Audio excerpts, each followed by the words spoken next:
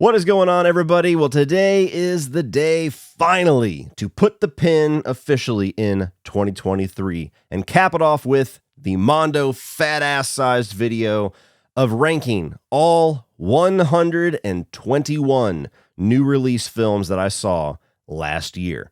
Just keep saying last year. Eventually, it'll feel like last year. You ever have that problem with New Year's? Anyway, I did this last year whenever I watched 86 films back in 2022. That number seemed astronomical to me at the time because that was by a landslide the most new releases I had ever seen in a calendar year. And I had actively tried to see more films this year, and it wasn't until about a month ago when I started to log all the films that I had seen up to that point and realized how much I topped that number. So I might go pretty quickly through some of these, especially ones that I've already talked about, namely my bottom 10.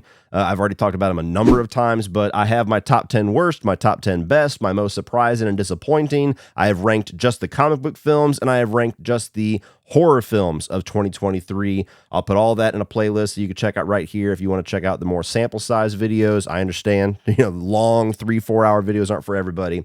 But for those of you that are true fans, let's kick this bitch off. Actually, wait, before we kick this thing off, the obligatory speech. Yes, every single time I say it, it should go without saying, but it never does. So, this list of 121 films, my own personal preference. This is my list. This is based off of which ones I liked, which ones I enjoyed, which ones I would rewatch the most, which ones I got the most out of. I would not expect another human being on earth to have the same list as me. So don't expect that when you watch my video. If you're watching rankings to have your ranking, your opinions regurgitated back out at you, you're doing it wrong. Just watch this to get my perspective, hear how my experience with these films was the same and probably very different than yours. I'm going to have a number of films that people are going to say that's way too high. I'm going to have a number of films that are like awards season films that people are going to say are way too low. This is my honest ranking based off of my own personal taste. Coming in at 121, the worst film that I saw last year was Winnie the Pooh, Blood and Honey. And I really don't want to talk about this movie anymore. It's already gotten way more time and energy out of me than it deserves. This is an absolute piece of trash film made by a bunch of people that have no problem scamming everybody out of millions of dollars, but just can't take any criticism whatsoever. Great qualities to have as a filmmaker. Go fuck yourself. Number 120 is Natty Knox. This was an independent horror film that I caught wind of because everybody in my circles on the internet was freaking out about the casting of Danielle Harris and Robert Englund and Bill Moseley, and it was directed by the guy who did Halloween 4. I didn't think the trailer looked very good. Those names are people that I love and respect, but the trailer and their names did not excite me as a package. Watch the movie. It's an absolutely terrible movie. There's like 2 or 3 different plot lines and story ideas going on that don't feel like they mesh together whatsoever. These people are beneath this, but I understand sometimes you just got to pay the bills. Coming in at 119 is the experimental film of the year, and that is Skinamarink. And the experiment did not pay off for me. I respect what the filmmaker was going for. I understand that they were trying to do something very different. I am curious to see what this filmmaker does in the future with a lot more resources, but this is a project, an idea that would have been interesting while still taxing at a 20-minute horror short runtime. At an hour and 40 minutes, it was agonizing to get through. Number 118 is a film called Don't Suck that stars Jamie Kennedy and Matt Rife. Jamie Kennedy is a successful traveling comedian. Matt Rife is an up-and-coming new comedian who is also a vampire and is terrible at comedy. So Jamie Kennedy kind of takes him under his wing, not knowing that he is one of the undead.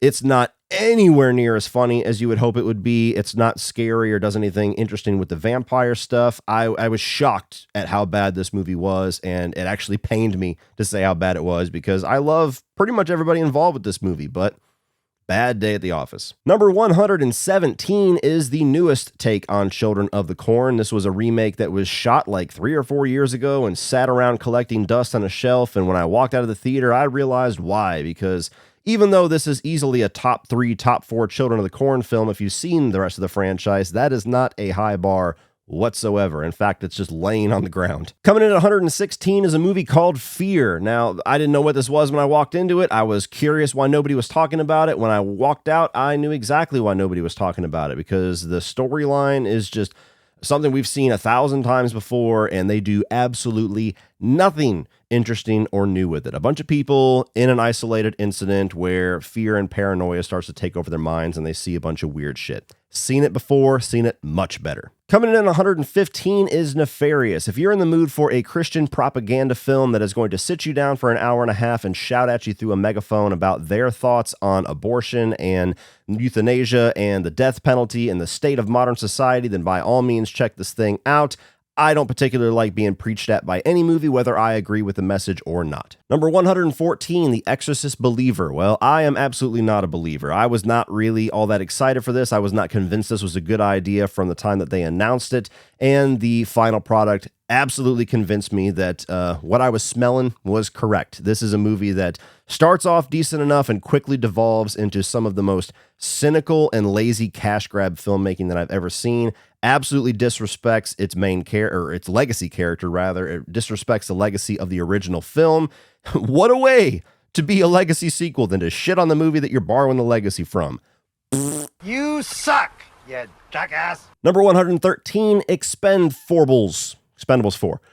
This is a movie that, of all the bad movies that I've already talked about, I could probably rewatch this one. I don't know what that says about my movie taste, but for an action film, especially for an Expendables film, that the entire concept is get these big buff macho guys from the 80s and 90s back together and do good old-fashioned real in-camera explosions and fight scenes and stunts, and this entire fucking movie is like green screen and CGI all to hell.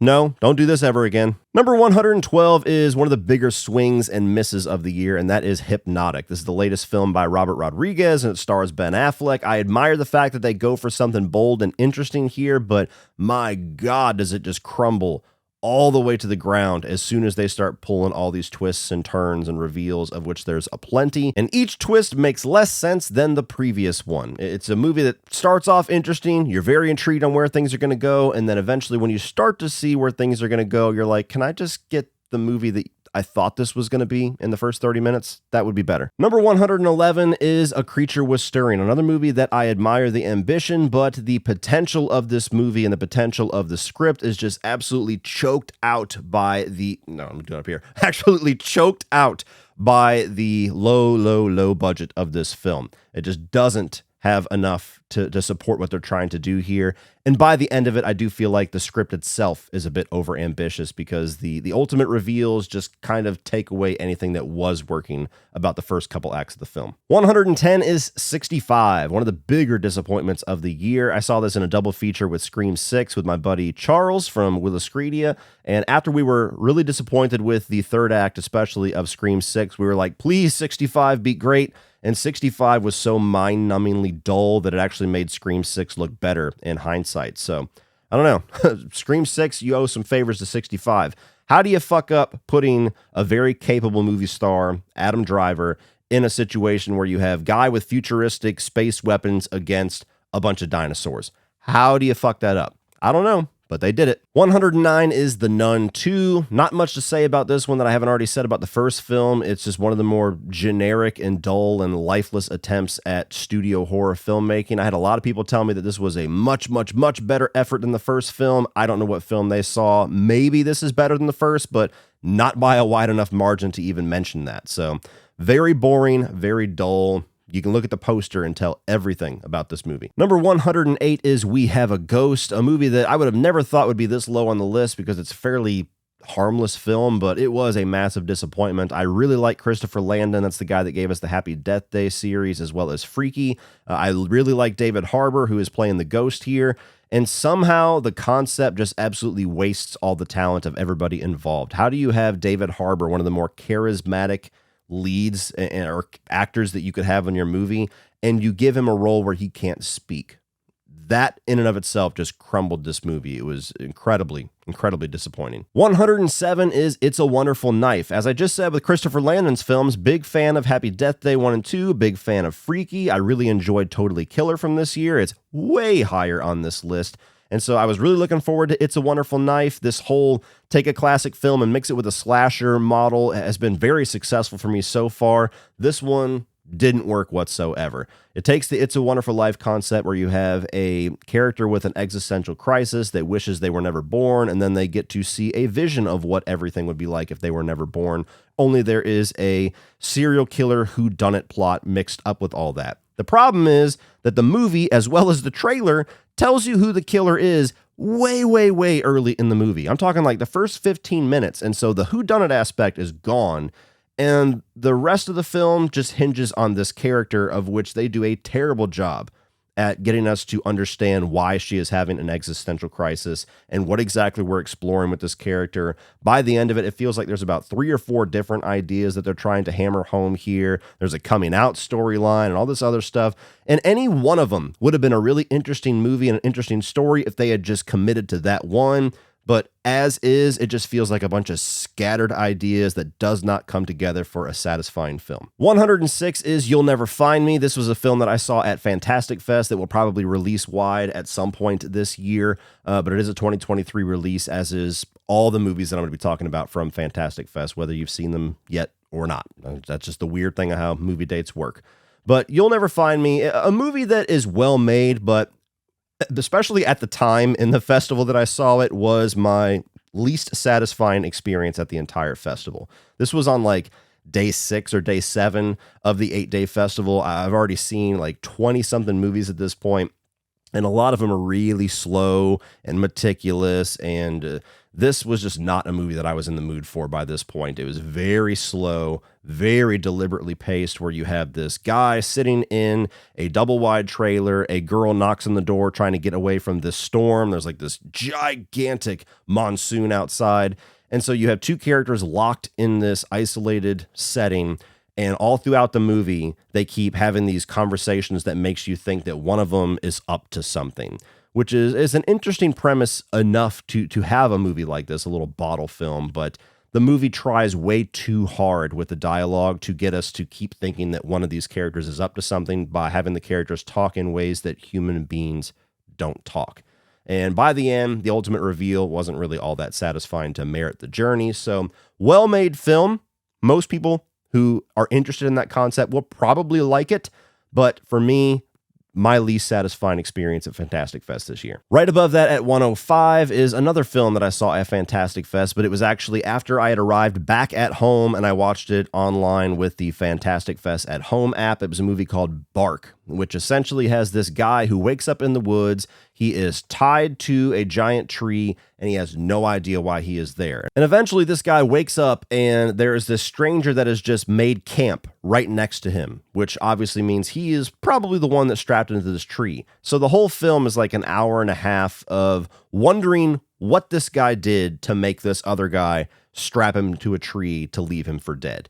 Now, by the end of it, they do give you a satisfying reason, but I don't, just like with You'll Never Find Me, I don't feel like the ending is cool enough or surprising enough to merit how slow and deliberate of a journey the other 2 acts were. So decent enough as far as executing this concept, but a movie that I would probably never watch again. 104 is Candy Cane Lane. This is an Amazon Prime movie, if I'm not mistaken. Eddie Murphy, Christmas film, streaming service.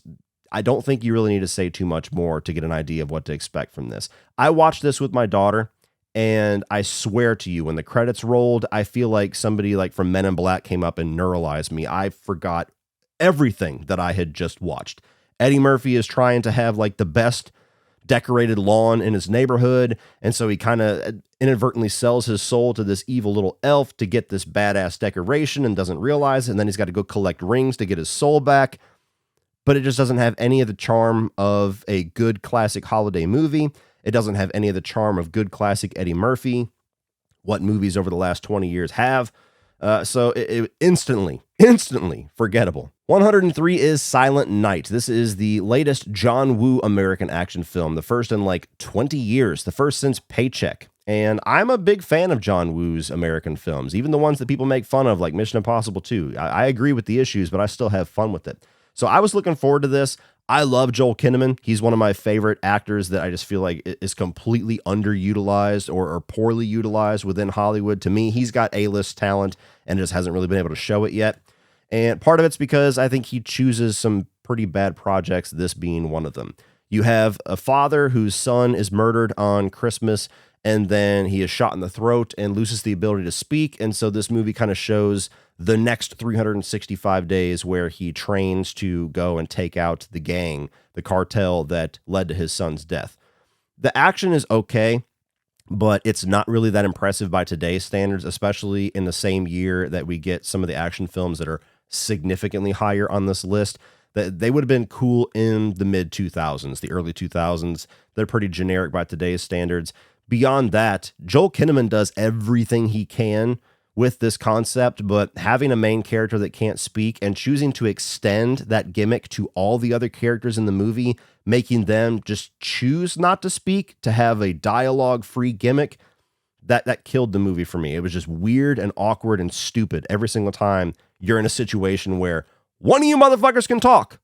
So why aren't you talking? English, motherfucker, do you speak it? 102 is Meg 2: The Trench. This movie could have very easily been the so bad that it's good experience of the year. And the trailer absolutely sold you that that's what this movie was going to do. Where the first one didn't quite understand 100% the movie that they should have been making, the trailer convinced me this time, they know what they're doing. Stupid shit. Gigantic, ridiculous CGI shark versus Jason Statham. You gotta do that dumb.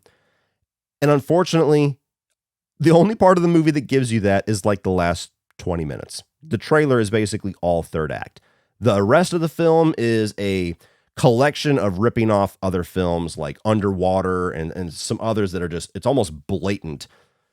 And so you have to sit through an extremely dull and generic recycled version of stories that you've already seen to finally get a nugget of the movie that they advertised to us. Here we go. We have the first nuclear hot take of this video. At 101, we have Asteroid City. Now, there are a lot of important details to understand here. First of all, this is the first time that I have watched a Wes Anderson film. And when I announced that on Twitter, basically everybody said that is a terrible film to start with. That is not an entry-level Wes Anderson film. And fair enough. I really don't feel like I would vibe with any Wes Anderson film. I've been told under good authority that Rushmore and whatever his first film is more my speed. And ever since then, he's got significantly more Wes Anderson. But I was curious enough about this because the cast is incredible. One of the best casts of the year. And there was so much just surprise and shock and disgust on the internet when I believe it was Variety put Asteroid City on its bottom 5 films of the year. And here's the deal. If you're a Wes Anderson fan, you should be able to understand that while you love his films, he absolutely makes movies that are going to be 100% not my thing for so many people. So while this is far from my worst of the year, there are significantly worse movies of the year. On a pure enjoyment level, this one, I understand being extremely low on most people's lists that aren't big film fans or film cinephiles or Wes Anderson film fans, because this thing is just fucking weird. Like, set design, all that art direction is very interesting. It's very unique. It's very cool. There, like I said, an amazing cast. I was intrigued by the way the first act was kind of setting everything up like a play. But story-wise, I got nothing from this. And the weirder it got and the quirkier that it got, the less interesting and appealing it got for me. So while I will acknowledge this is a very well-made film, and if you're a Wes Anderson film, this is probably like a wet dream for you.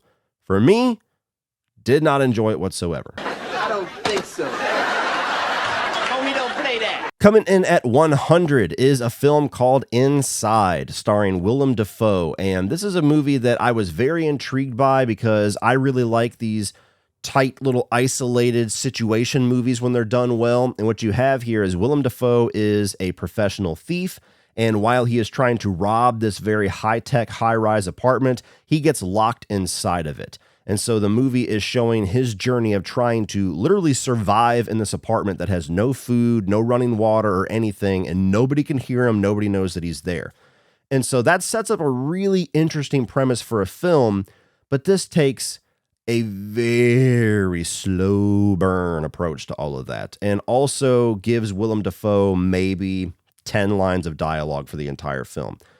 The way, at least in my opinion, that you can really be entertaining with such a small concept, especially if it's a movie where only like one actor is on screen the entire time, is that you have to have a very charismatic lead, which they do here, and you have to write them very charismatic things to do.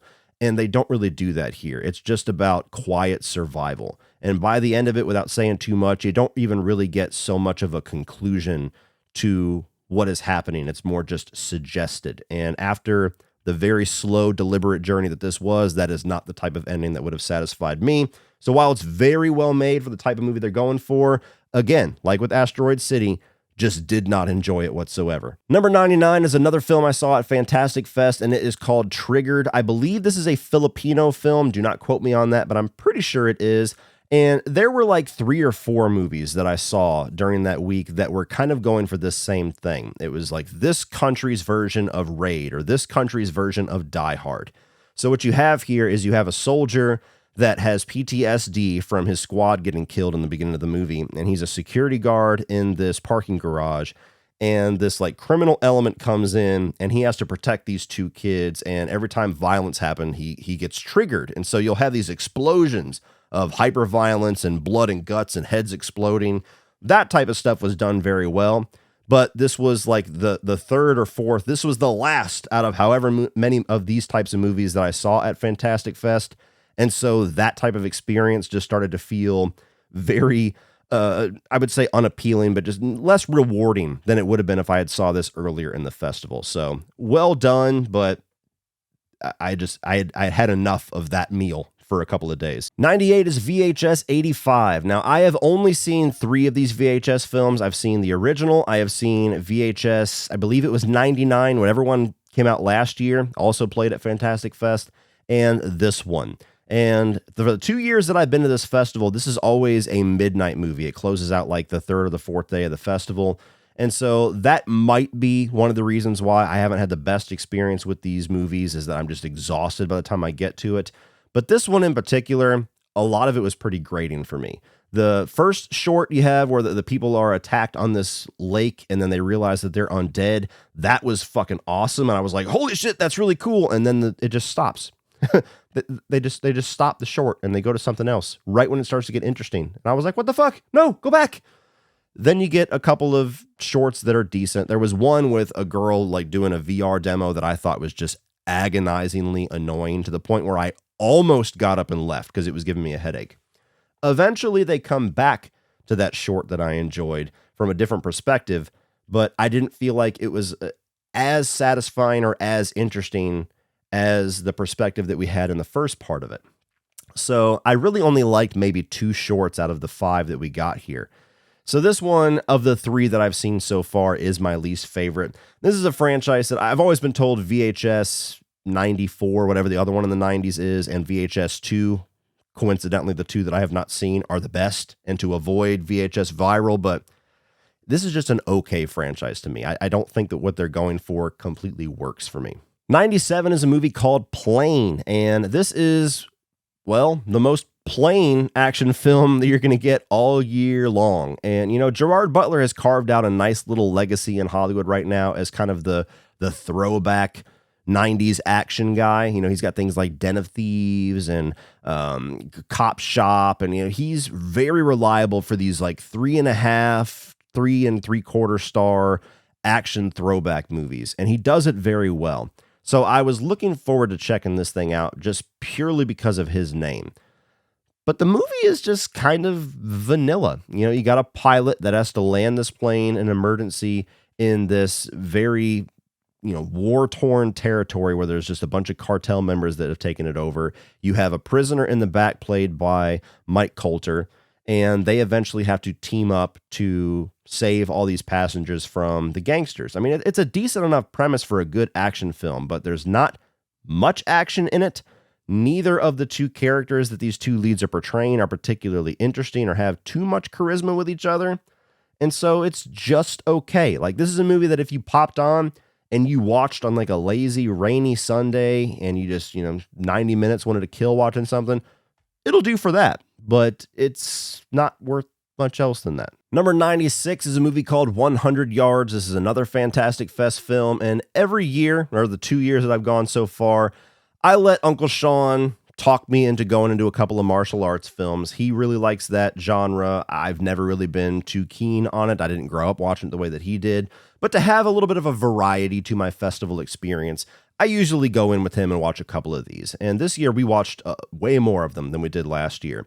And 100 Yards is, I think, the one that I like the least as far as martial arts films, because essentially you have to be really knowledgeable about ancient Chinese culture and the Chinese lore and things like that to really get the most out of this movie. And I have zero knowledge of any of that.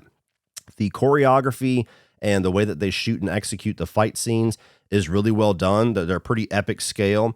Essentially, you got like this karate school, this martial arts school, and there's a guy who's trying to prove his worth to it. I'm probably fucking up the story a little bit, but it's been a number of months. And so you have this rivalry throughout the entire movie, and he's just trying to prove himself. So he keeps beating the shit out of all these people. And the fight scenes were effective. They were well done. But story-wise, I was really just kind of like the outside of an inside joke and didn't understand a lot of what was going on. So it ends up here. Number 95 is another fantastic film that's going to be releasing, I believe, in March. It is titled Out of Darkness. When I saw it, it was called The Origin, but that's the new title. And this is essentially a movie about the prehistoric times, like cavemen, and they are getting from point A to point B. They're trying to travel as a group to this new destination. It's going to be their new home. And in the darkness, there is something that is hunting them and taking them one by one. And the way that I describe this movie is like taking last year's Prey, the prequel, the movie within the Predator universe, however you want to call it, Prey. Only you take out the Predator, you take out all the action sequences, and that's the type of movie that you have here, but set it in prehistoric times and a lot of darkness. Now, what I liked about the movie was that I appreciated how they were trying to portray this very primitive, archaic type of human being with just no morals, no moral code, nothing like that. I mean, they created their own language for this movie to kind of have a prehistoric dialect. So that side of it was interesting, and I was very intrigued once things started to happen at nighttime and things were coming for them out of the darkness. But I didn't feel like I was very satisfied with the ultimate answer of what was in the dark. I don't want to say too much, but all of the ideas I had in my head with what could be the answer, the one that they chose was probably the least interesting version that you could have given me. Now, it makes sense for the type of story, like the message that they're going for, the thematic through line of the movie. So it doesn't come completely out of nowhere, but it's such a grounded answer that it was kind of disappointing. Number 94 is Beau is Afraid. Now look, I liked Hereditary a lot. I did not enjoy Midsommar whatsoever. Maybe it's due for a rewatch, but that movie was not for me. I could tell from the trailers this movie was not going to be for me, but I tried to give it a chance, and lo and behold, not for me whatsoever. Very fucking weird. You have like this fever dream take on kind of embodying and bringing a visualization to somebody's anxieties. Joaquin Phoenix does a good job. Of course, as a filmmaker, there's things that Ari Aster is able to do here that is commendable, that are definitely interesting to see. But 3 hours of it is way too fucking much. I mean, the movie just has so many bonkers, bizarre, and weird ideas that it wants to explore that it's just way too fucking much. And it goes in so many strange directions that by the end of it, it's just like, what the fuck was all of this? What were you trying to say with the dick monster in the attic? And like, what the fuck? Well, Mr. Funny Man, is this how you get your sick kicks?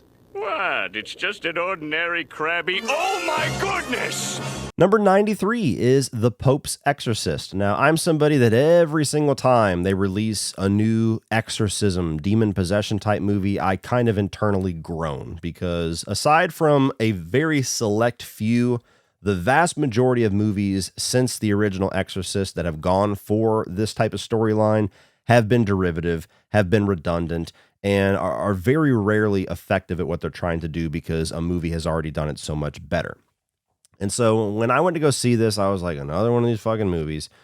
And the one thing that kind of made this film stand out a bit was Russell Crowe playing the Pope's exorcist, the titular character. And he brings kind of this goofy B-movie, like almost dark comedy charm to this that it was mildly entertaining to watch because it was just such an odd thing for him to do.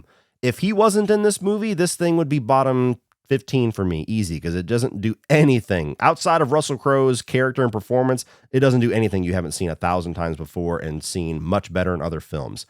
But I'll be damned. One of the best actors who have ever lived can bring some charm to a pretty generic as fuck movie. Number 92 is Cocaine Bear, and I was really excited for this one. The trailers looked really interesting. All the people involved gave me some faith. It seemed like such a bizarre concept, yet a true story to an extent.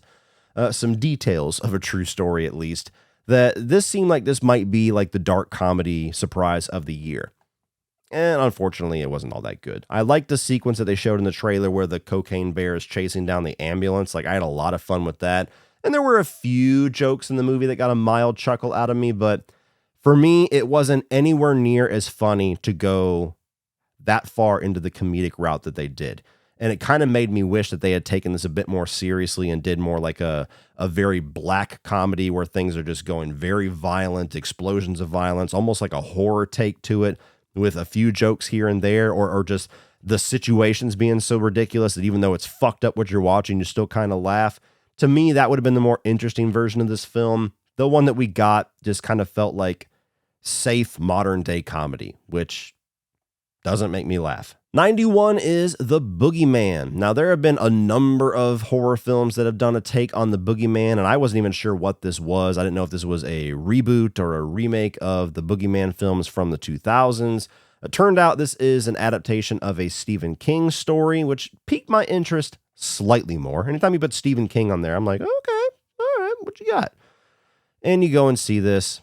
There was some commendable filmmaking going on here. Like, there was some very good shots and cinematography, and the way that they used lighting, I thought was impressive here and there. Like, there's a sequence or two where the little girl has like this glowing orb that she keeps when she goes to bed, and she like rolls it down the hallway, and so it just kind of emanates this glow throughout the hallway, revealing a little bit at a time as it rolls, and you're like waiting for something to be coming out of the darkness. It was effective in those moments. But overall, it's a very cliched horror movie script that just has some of the classic ridiculous mistakes as far as getting us to invest in a story or invest in characters, because you just find yourself continuously annoyed and borderline infuriated at how stupid the characters are in the movie. And they're purely written to be that way because anybody with a functioning brain would not be as useless as the characters in this film. You have a monster that they find out definitively is harmed by light. And as long as you are in light, you will not be harmed by this monster. And yet they continue to go into dark places without flashlights. I mean, there's a little girl in this movie that is terrified of this monster and knows that it doesn't like the light. And what is the first thing that she does after knowing this? She goes into the fucking basement and plays Crash Bandicoot in the dark, to where the only safety she has is from the old boob tube.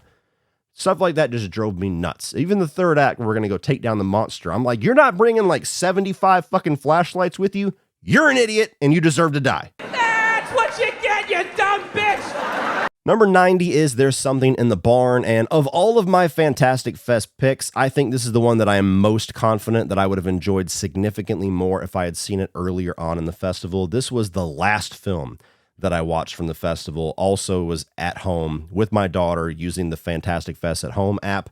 And I think mentally I was just exhausted with film at that point. I threw this on just to try to get a few more experiences in there, make the ranking a little bit bigger, check out a couple movies that I didn't get a chance to fit into my schedule while I was there. She really enjoyed this. This is kind of a Christmas Norwegian take on Gremlins, where you have this family that are Americans that move into the Norwegian mountains, and they take over this little house, and they find out that there's these Norwegian elves that live just outside of their house, and they'll leave them alone as long as they follow some specific rules. Does it sound like Gremlins? Because it was. Like, don't play music too loud at night, or weird things like that. They don't listen to the rules, and so these elves start to these dwarves start to take over their house and start to attack things and kill a couple of people. It's very, very goofy, slapsticky horror comedy. So I think I would have enjoyed it much more if this was like a day 1, day 2 watch. This was like a day 10 watch for me. Number 89, Dream Scenario. Like clockwork, every single year, we get this chunk of movies at the tail end of the year that are all like awards consideration darlings, and you get all the film Twitter that are just fucking jerking their dicks to them for the next 2 months. Dream Scenario is the movie that we get at least 1 or 2 of every single year that is just so off kilter and weird and dull with what it's trying to do that I puzzle myself with how it gets the amount of praise that it gets. It's a interesting enough premise where you have Nicolas Cage that is this really boring, kind of a loser professor that doesn't really have anything that interesting or stand out about him, that for very unexplained reasons, everybody in the world, one by one, starts to have dreams where he is just there doing things. Like he's just a byproduct of their dreams. And so he becomes this overnight celebrity because everybody's like, oh, it's the dream guy. And so the movie goes from that to explore how quickly everybody turns on him when they start to get bothered by the fact that he is in their dreams. And his presence in their dreams starts to become a little bit more uncomfortable. And so the movie ultimately is exploring fame and cancel culture and how you will rise and fall in seconds and have the public opinion and all that, which is interesting things to explore. But the way that they do it in this movie is just so fucking odd. And the way that they wrap up the story, not a wrap up at all for me. I'm sure somebody out there is going to be like, actually, it's a perfect little through line thematically and metaphorically for what they were talking about. Fuck that shit. It was dumb. Number 88 is a movie called Bottoms, and this was the movie that everybody, well, this is one of a couple of movies this year that everybody convinced me is the return of comedy. Every single year for the last number of years, just like with the awards darling thing, we get at least 1 or 2 comedies where everybody in unison is like, this is it, this is the funniest movie in years, this is the edgiest comedy, this is the best, go see it now. And I checked out Bottoms, and while I understand the appeal of this one, at least more than I did Dream Scenario, that there's a very specific audience that loves this movie, and I can just picture them in my head. This is a movie that does not appeal to me whatsoever. Essentially, you have this very like heightened, over the top, fantastical look at high school that is absolutely a parody. I mean, the jocks are royalty in school. They have like thrones in the classroom in the back and shit. Like it's not meant to be taken seriously, even for a second. And so you have these 2 girls. I would call them nerds, but like I don't really know exactly where they would fit in the high school hierarchy. But they're not popular girls. They're lesbians, and they come up with this plot to make like a female fight club after school event to con popular girls into sleeping with them. And I just didn't get the comedic appeal of this movie whatsoever. Like it's a kind of a somewhat risque, interesting premise there where it's like, okay, where the fuck are you going to go with this? But I don't know. I just, maybe I'm not the target audience for it. That's probably the safest thing to put it. But all the things that they're trying to explore here and take commentary on and even take like a darkly comedic jab at, I just kind of found myself dumbfounded. Like, I don't know. Maybe my high school wasn't like this. Maybe I just had the wrong experience. I can't jive with what they're going on with here, but it didn't work for me. Number 87, Pet Sematary Bloodlines, a movie that I would say probably, but no, definitely deserves to be much lower on this list, but I'm a Pet Sematary fanatic. Like the original film is easily in my top 5 horror films of all time. It is my answer when people ask me what is the scariest horror film ever made. I always say Pet Sematary. Just the concept of that movie is the most terrifying thing in the world to me. Did not love the remake, which this is a prequel to. So that already kind of had this a bit behind the curve for me. But ultimately what this movie ended up being is a very generic run-of-the-mill type horror film that is borrowing elements from Pet Sematary, but not doing anything particularly new or interesting with them.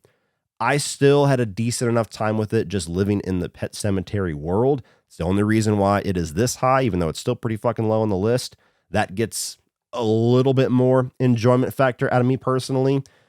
But it's a film that, first of all, they start the film after the whole decision has been made about whether to bring back a loved one or not. So that whole element that's classic to Pet Sematary is removed here.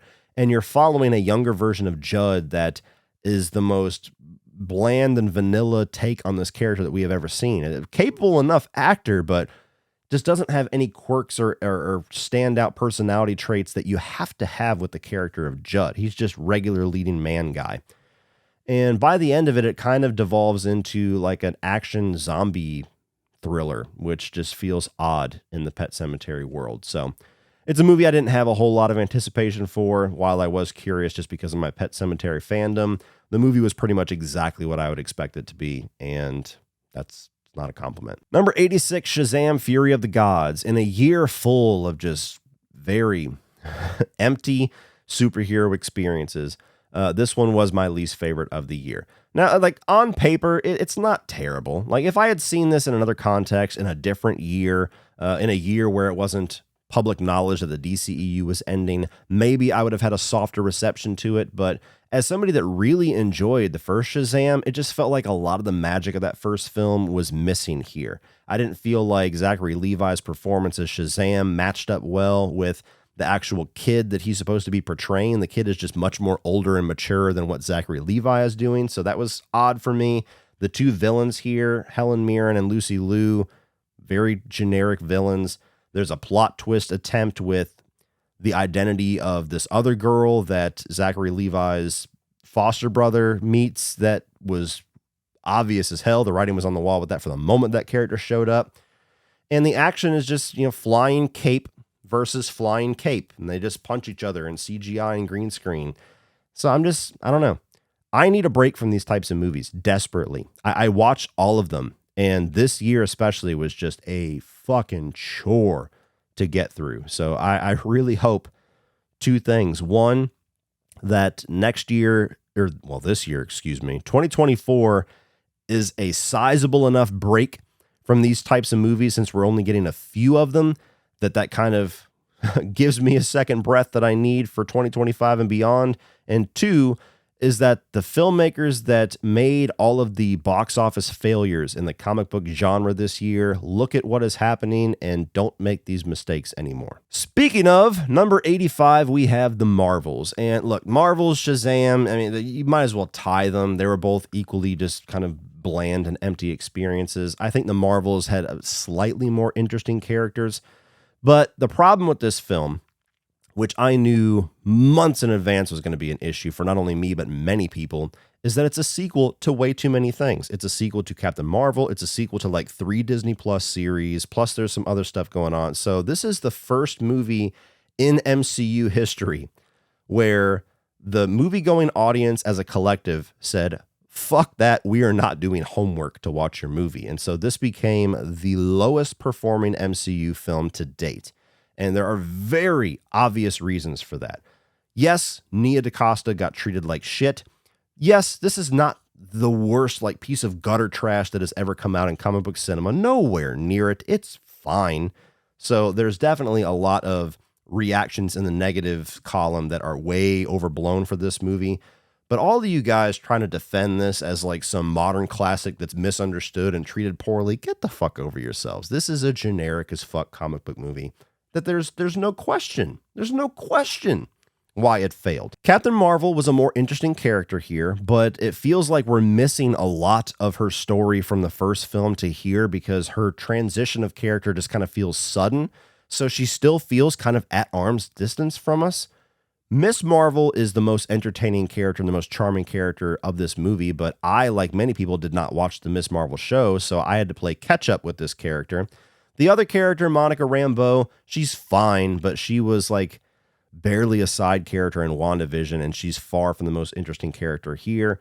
And then you go on just a whole bunch of gimmicks. That's what this movie sold itself off of. Same shit that we've been doing for the last number of years in the Marvel Cinematic Universe, but now we're going to body swap people, and there's an island where everybody talks through song. Isn't that cool? No, it's not. And the box office, is a reflection of that. Number 84, Insidious, The Red Door. Another one of the bigger disappointments this year because I'm a casual fan of Insidious and I really like Patrick Wilson and I was very much in his corner wanting to see what he was going to do for his directorial debut.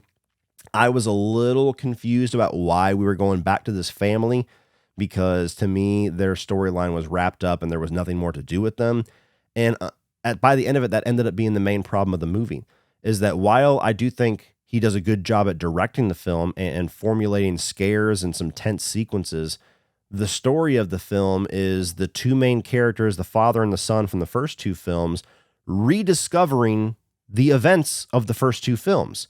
And so 85% of the runtime of this film, you're on this mystery journey where the audience already knows the answer to the mystery. And so you're kind of just on autopilot watching these characters do things with no real intrigue building because you already know what they're going to find out.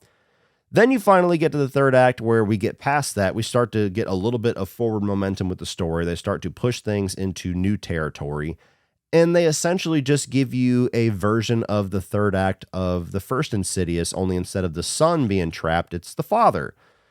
So when the movie ends, it really feels like this was kind of a waste of time, which, you know, there's people out there that say movies are never a waste of time. There's always an artist expression out there that's valuable. Well, story-wise, narratively, there's nothing that we end this movie with, knowing these characters or knowing this family, that we didn't already kind of arrive at the end of Insidious 2. So while I appreciate seeing Patrick Wilson get a chance to direct, and I think he does a good job, narratively, this movie just did nothing for the franchise. 83 is Sympathy for the Devil. You got Joel Kinnaman here and Nicolas Cage. Essentially, Joel Kinnaman's just a regular old dude, just a regular dad, regular family man, and he kind of gets carjacked by Nicolas Cage, who is this very eccentric, imagine that, Nicolas Cage playing an eccentric character, this very eccentric gangster type character with like leather suit and red hair, and he forces him to go around and take him to do certain things, and they have all these conversations. And I can't say too much about the movie in case you do not pick up on where it's eventually going as quickly as I did. But if you don't immediately, well, I can't even say that. It's an interesting way to watch two very good actors just chew up the scenery with each other and react off of each other. But the story that ultimately is told in here is just not a very surprising or interesting, and certainly not an original story, because the ultimate reveal, the ultimate twist, we've seen it a number of times before. Number 82 is Malum. This is a remake of a film called Last Shift by the same director of that film. I still have not seen Last Shift. This is a movie that I still don't think it would be very high on my list, but it's this low mostly because of a terrible viewing experience. Last year at MegaCon, after me and Sean Chandler did a whole day of panels, a whole bunch of meet and greets, walked around, took pictures, did all this kind of stuff, just a physically, mentally exhausting day. I was contacted by the producers of this film that wanted me to check it out, but the link to the screener was like a 24-hour link. So I only had this night to watch it. And so we propped up my laptop on a table in our hotel room and watched this film on a tiny laptop screen. And it had this horrible watermark of my email address and my name across the whole center of the screen. Worst possible viewing experience for a film like this. So I need to be fair and say that.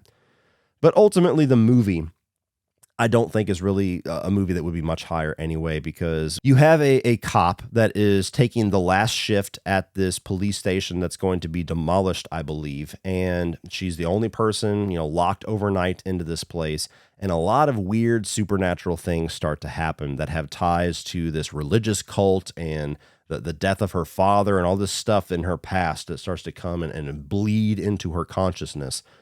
And while there's some really creepy images, there's some disturbing visuals, this movie has a problem of being too trippy and trying to be a little too cerebral.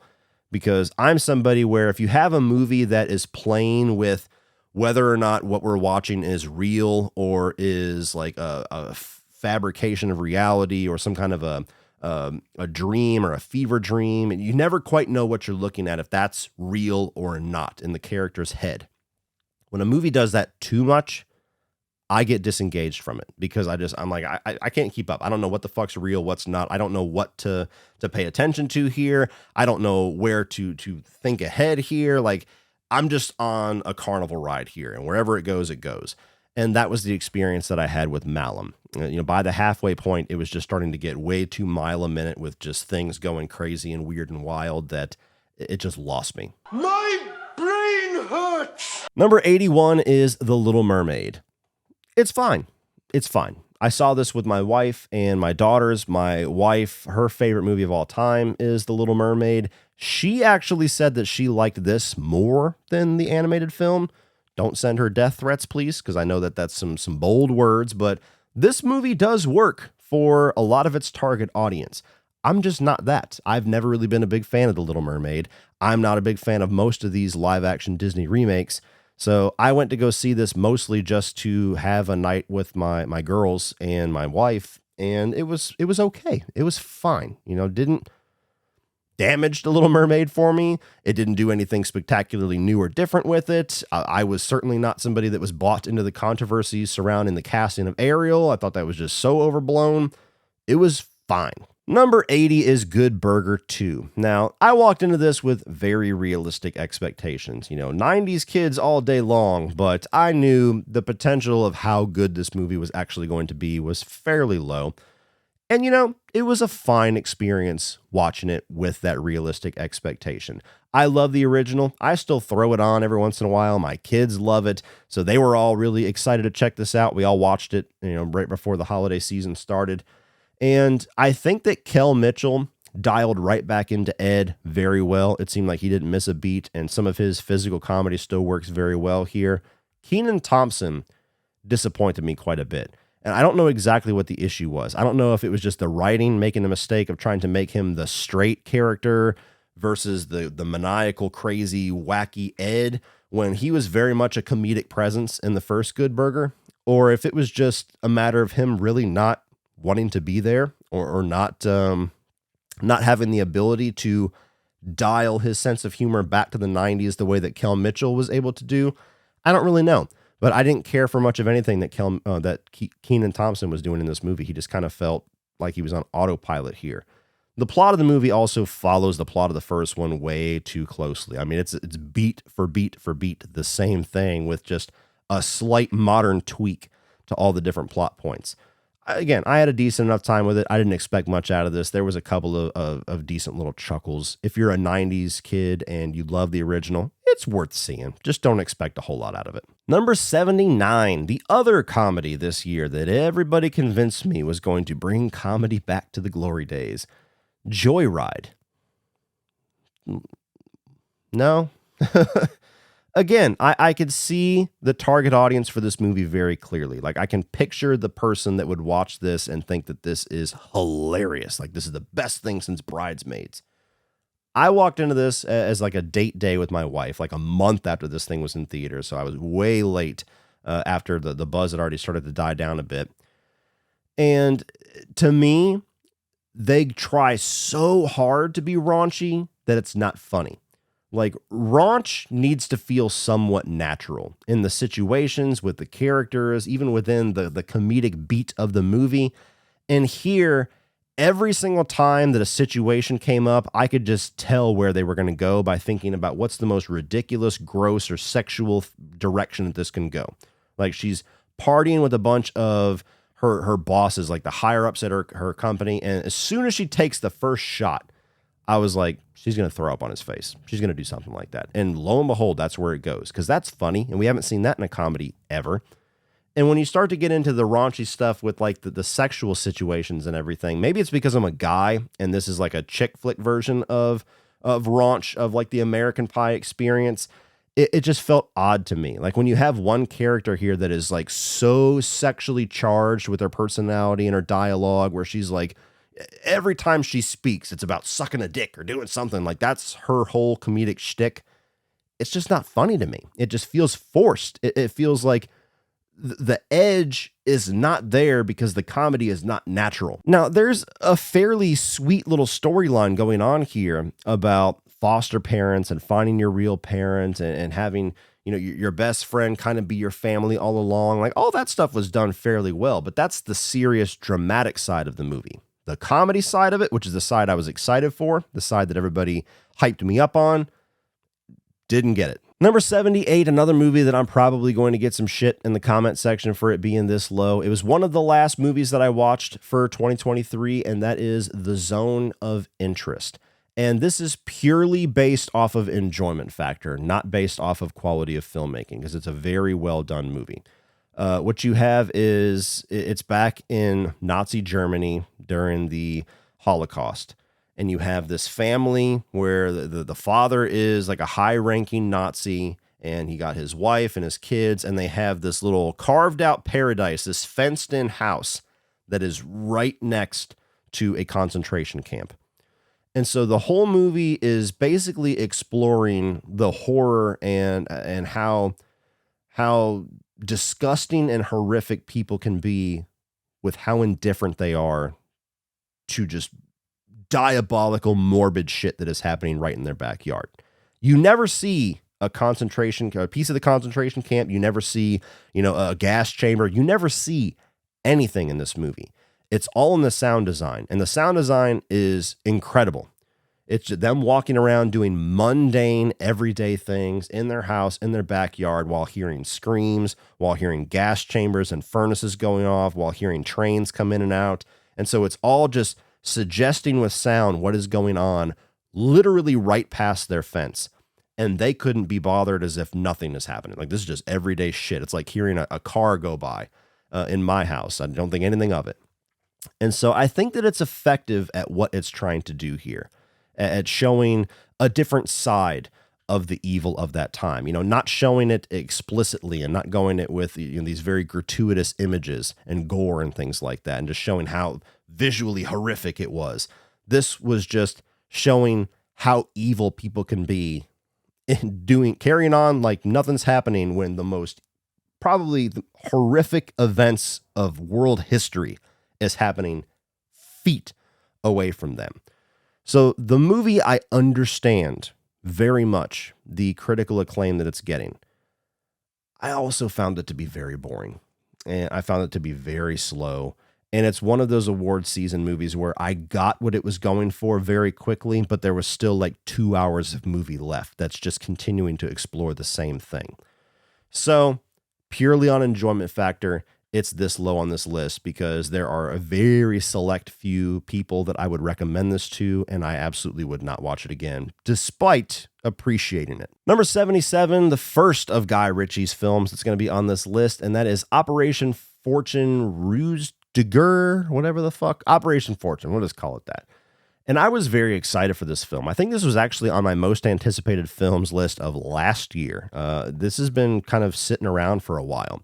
And then they just very quickly threw it in theaters with like little to no advertisement, just kind of snuck it in there really quick before The Covenant came out. And there were certainly elements of this movie that I had fun with. I think that Jason Statham is always entertaining. Like, even when he's in bad movies, I'm still somewhat entertained. That guy just, I don't know, I vibe with what he does.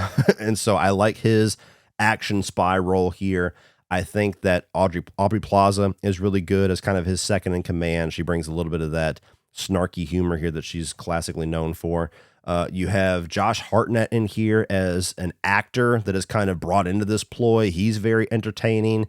And then you got the modern Hugh Grant that's just kind of the typical chewing the scenery villain. He's kind of making a career out of having these villains in his, or these types of chewing the scenery roles in the later part of his career. So cast-wise, I think everybody does something really fun and interesting here. I just think the espionage side of the story is where it loses me. I'm admittedly not somebody who gets into a lot of espionage movies. I love a good spy movie if it's done right, if it's something unique there, but espionage in general is not something that sucks me in just automatically. And so it's a fairly run-of-the-mill type of situation. There's a bomb or there's a terrorist and we got to stop him and do this. And so aside from the fun, quirky characters and the actors that are portraying them, the story of the movie just was a little dead on arrival for me. 76 is The Blackening, and this is a movie that I was just absolutely not the target audience for. And I could tell because I was in a theater full of the target audience, and they were loving it. So I at least value my experience in the theater, being able to know that what this movie is going for, it does very well. I'm not a part of the joke. The Blackening essentially is like a horror comedy where you get a bunch of black characters together and the killer, there's like a board game and a game going on within all of them where at least the setup of everything is I'm going to kill all of you and leave the one that is the least black alive. And so it kind of sets up a situation where there's a lot of situational humor. There's a lot of in jokes within like the black community and black culture. And that's where it kind of missed me, because there are so many things that the characters are joking about and referencing and riffing on that I just am not knowledgeable on, that all of the best jokes of the movie I was on the outside of. And I could tell they were effective because my whole theater would just burst into laughter when they were talking about spades and the rules of that. And I'm just sitting over here like, I'm glad you guys are enjoying it, but I don't know what the fuck was funny about that. We've all been there. You hear an inside joke and you're on the outside of it and everybody's cracking up and you're kind of like, you're like envious. Like, I'm going to be part of the laugh. What the fuck? That was my experience watching this. 75, another movie I got to go on an apology tour for. Anatomy of a Fall. This is another one of the last movies that I watched this year. And this is one, just like The Zone of Interest, that I see what they're going for. I think they do it well. It's well made. It's effective at what it's trying to say. But just, it bored me. It bored me a lot. It's a long movie. It's very drawn out and deliberately paced. You have a family where, you know, the mother, father, and a son. The father falls off of the top level of their house and dies. And the mother, the wife, is accused of murder. And so it's essentially a courtroom drama where they're going through all of the evidence of the case, and you have one side that's trying to convince you that she's a killer. You have the other side trying to convince you it was an accident and it was just this toxic marriage and the wife's actually kind of a victim. And so you're just kind of airing out the dirty laundry of this relationship for a little over 2 hours. And there were elements of it that were intriguing. There were elements of it where, you know, I was very invested in seeing where it was going to go. And ultimately where it goes is just kind of having a discussion about how, and this is very much the case when it comes to the law, the system, that the truth is essentially what you believe it is. You know, not everybody that gets acquitted of crimes was actually innocent. Not everybody that gets accused and convicted of crimes was actually guilty. And so the truth just kind of becomes whatever reality we're told that it is. And that's the angle that they go for with this story. And so that's interesting. It's different. It's unique for a courtroom drama. I just very much like The Zone of Interest and even Dream Scenario, where it's like, I get where you're going for. I understand. I hear the message. I see the writing on the wall. But now there's 2 hours of movie left. And so I did find myself, especially in like the last hour, just like, fuck, how much more till we get to the answer? Ironically, the lead woman here playing the wife who's accused is also one of the leads in The Zone of Interest. Great performance in both of them. That needs to be said. I think her performance is better in this one. She's given more to do. She's the lead. But yeah, she did a great job in both of them. Again, movie that I appreciate, just didn't enjoy so much. Number 74, Strays. Fairly harmless comedy. You have a bunch of dogs with actors doing the voiceovers, and they're saying a bunch of raunchy shit. Did I get a couple of laughs out of it? Yeah, a couple of chuckles. It was funny scenarios. It was goofy enough to where if I was at somebody's house and they were watching this movie and I was forced to watch the rest of it with them, I wouldn't complain. It was okay. 73, The Family Plan. And this was an Apple Plus movie, I believe, as Mark Wahlberg, Michelle Monaghan. And it's essentially an streaming service PG-13 take on True Lies. You have a very regular Joe, kind of a boring, mundane life that Mark Wahlberg, the family man, has. And come to find out, he's actually a bad motherfucker spy from back in the day, and his agency is coming after him. So he has to gather his family and very quickly and without warning takes them on this road trip to have like a family getaway when actually he's trying to get away from all of these spies and all these assassins. And so you could pretty much see coming all of the different scenarios, all the different funny situations that are going to happen. Mark Wahlberg's a very charming guy. I like him a lot. Michelle Monaghan, I've always enjoyed her. So they're good with what they're given here. It's just a movie that, like a lot of this list, is things that we've seen before. The 2023 is a year that was kind of plagued with that. I don't think it was a very good year for movies. I mean, I've already talked about over 50 movies and we've got 70 more to go. And how many of these am I just like, I've seen before. It's a storyline. It's an element we've seen before. It's this we've seen before. Very just kind of generic wash, rinse, repeat year for movies. And that's kind of what this was. It's okay. It's formulated for the streaming experience. Be just entertaining enough to not make you click off of it.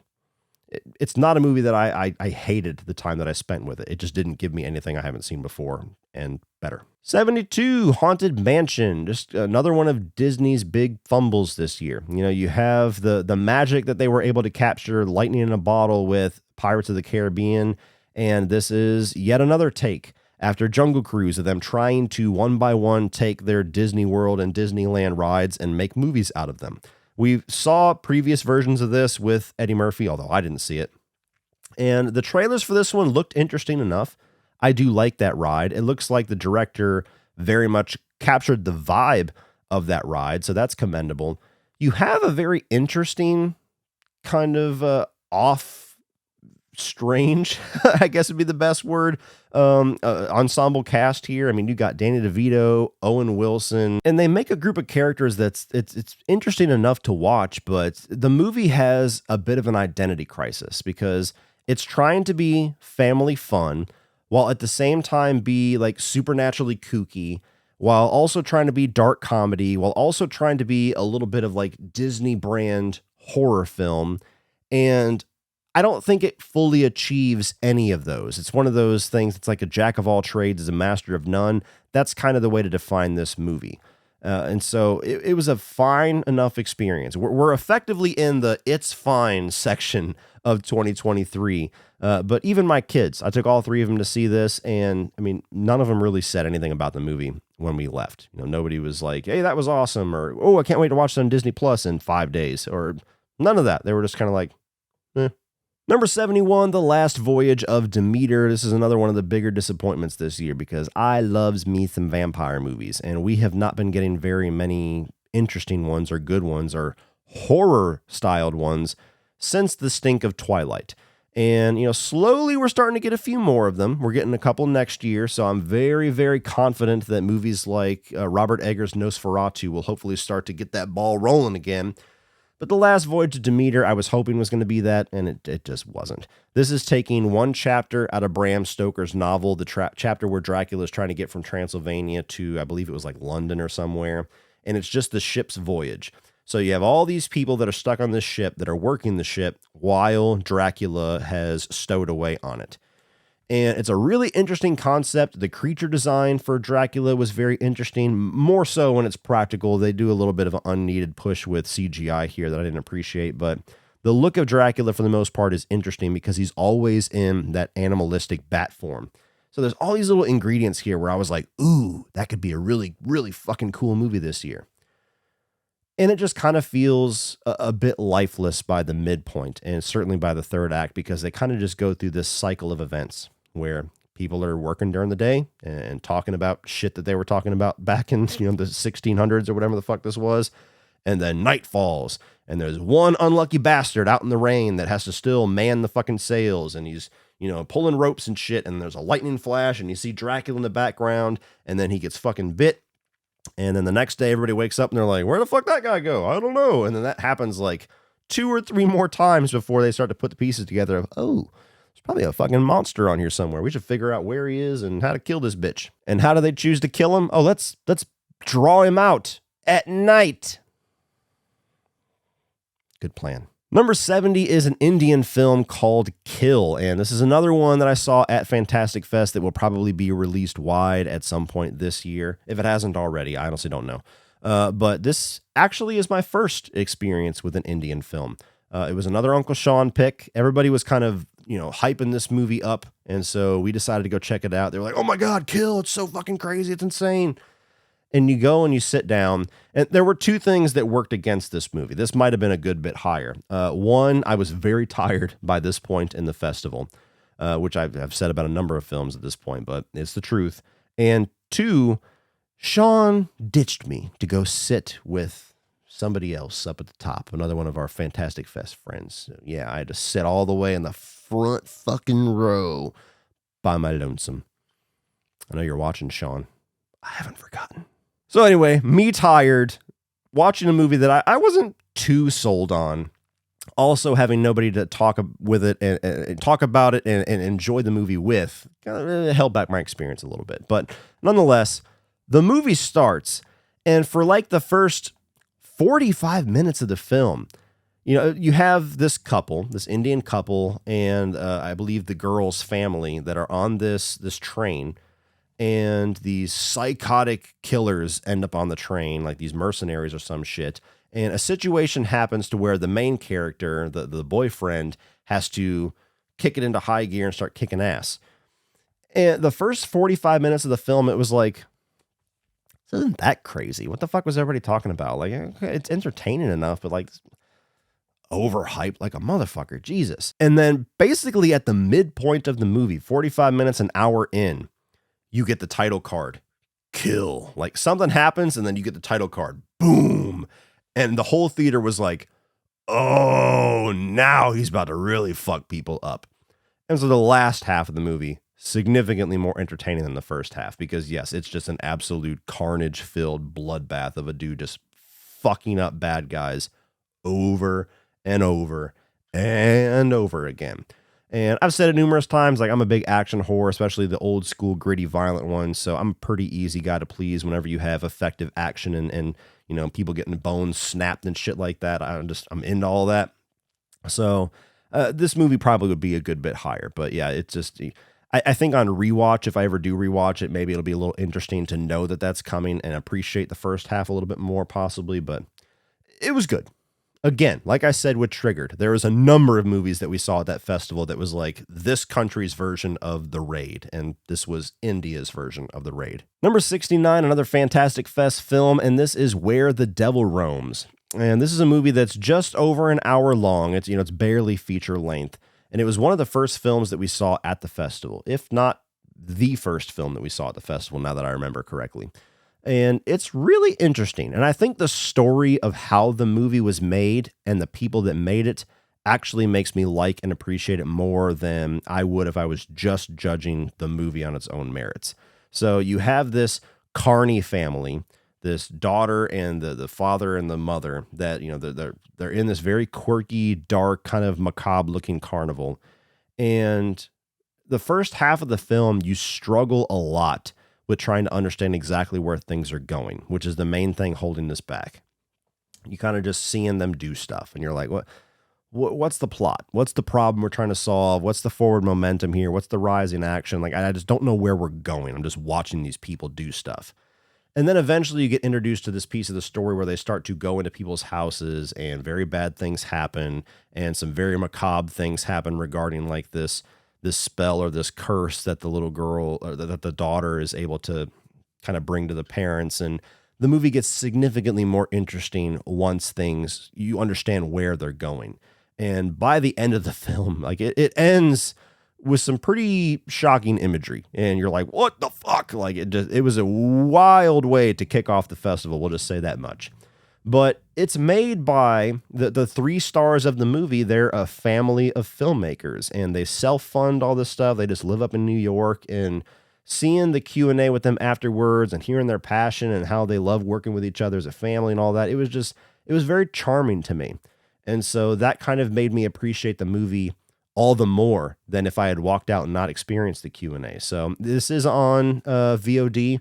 I would encourage you to check it out if you're into like dark, gothic, macabre type stuff, because it's barely over an hour long. It's worth checking out. Number 68 is Flamin' Hot. We got a number of movies this year that was like the true story biopic of a product. You had Tetris, you had Blackberry, you had Air, you had Flamin' Hot. I'm probably even missing one of them.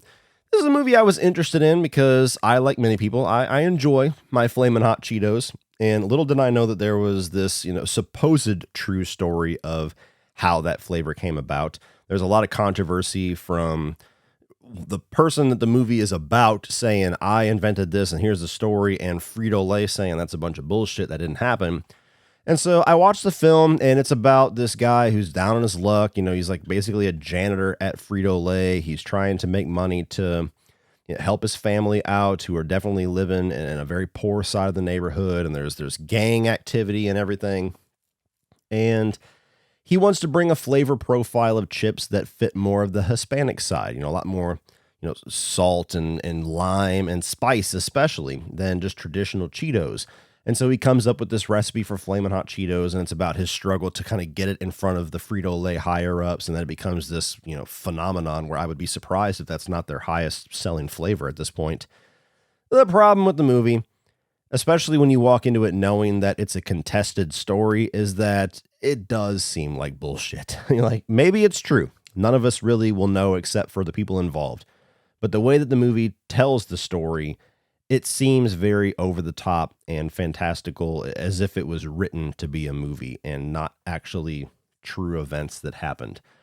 So that's where I kind of lost it a little bit, where I was like, I don't, this kind of seems a little far-fetched to me. I don't see things playing out quite like this, but it was an enjoyable enough little true story biopic. So grab a bag of Flamin' Hot Cheetos and check it out if you're interested. Number 67, Are You There, God? It's Me, Margaret. Another movie that I've seen a lot of acclaim for, and I've got it here halfway up the list. Shame on me. Look, it's a movie about a preteen girl getting her period and looking forward to becoming a woman and having like these contests with her friends about who's more woman, and that's not a movie that's going to be for me whatsoever. I'll give it credit and that it tells a very charming version of that story to where it's at least watchable to guys, who don't have that experience and don't have that kind of point of reference that the movie is very much exploring.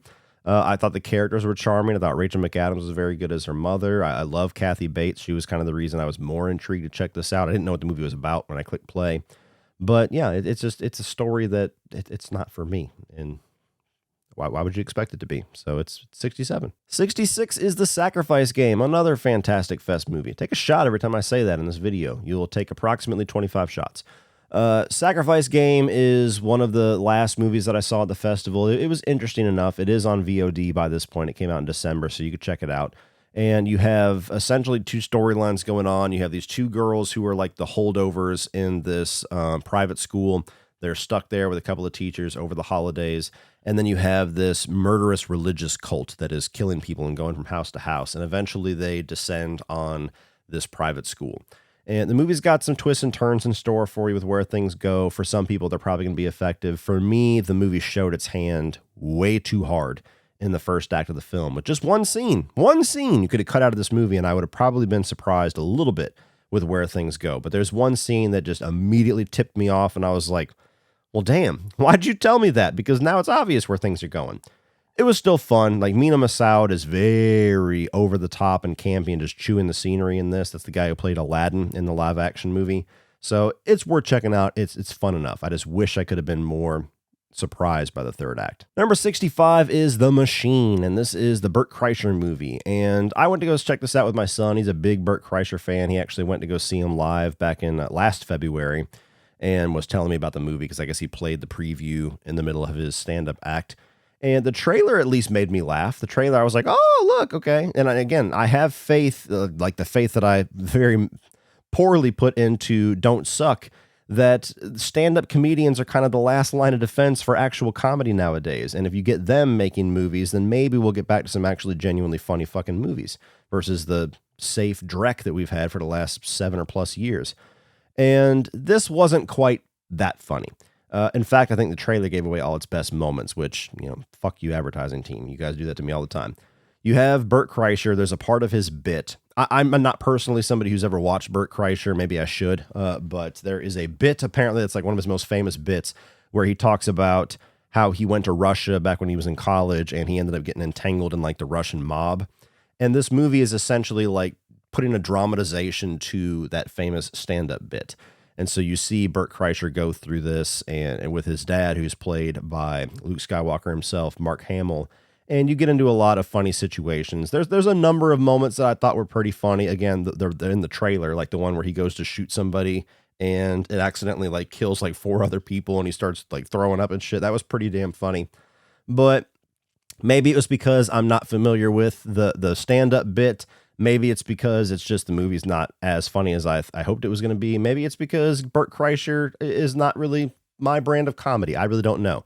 I thought this was just an okay comedy. My son loved it. I thought it was just okay. Number 64 is going to be Fast X, the 10th installment in the long-running Fast and Furious franchise, and what was supposed to be the first of a 2-parter and is now being talked about being the first of a 3-parter, although the box office might not have that end up happening. Look, I was a fan of Fast and Furious before it was cool to say you were a fan of Fast and Furious, all right? I was one of the OGs, not like any of you bandwagon fucks that started saying that they're Fast 5. You know who you are. I liked this franchise from the beginning. I knew exactly what it was. I liked even the early installments before they went batshit bananas. Fast 5, by far the best one. That was like peak action at that time. I was like, fuck yes, this is the best. And basically every movie after Fast 5. While I've enjoyed a couple of them, they've gotten exponentially dumber. And these characters have gotten like basically invincible to the point of being like even more powerful than the Marvel Cinematic Universe characters. And it's just really pulled me out of it. Especially after Paul Walker died, I felt like there was just no reason to continue this franchise. They could have ended it at Furious 7 and it would have been a really nice little ending there. But they kept going because money talks and Furious 7 made over $1 billion. And I did not like the 8th film, and I hated the 9th film. I thought the 9th film was terrible. So I was not expecting jack shit from this movie. And I liked it much more than I liked 8 and 9. This is the one that I have enjoyed the most since 7. It's still dumb as fuck. It's still way over the top. These characters are still invincible. I have zero investment in any stakes whatsoever because they never get hurt, and even the ones that do get hurt or die, they just bring them back anyway.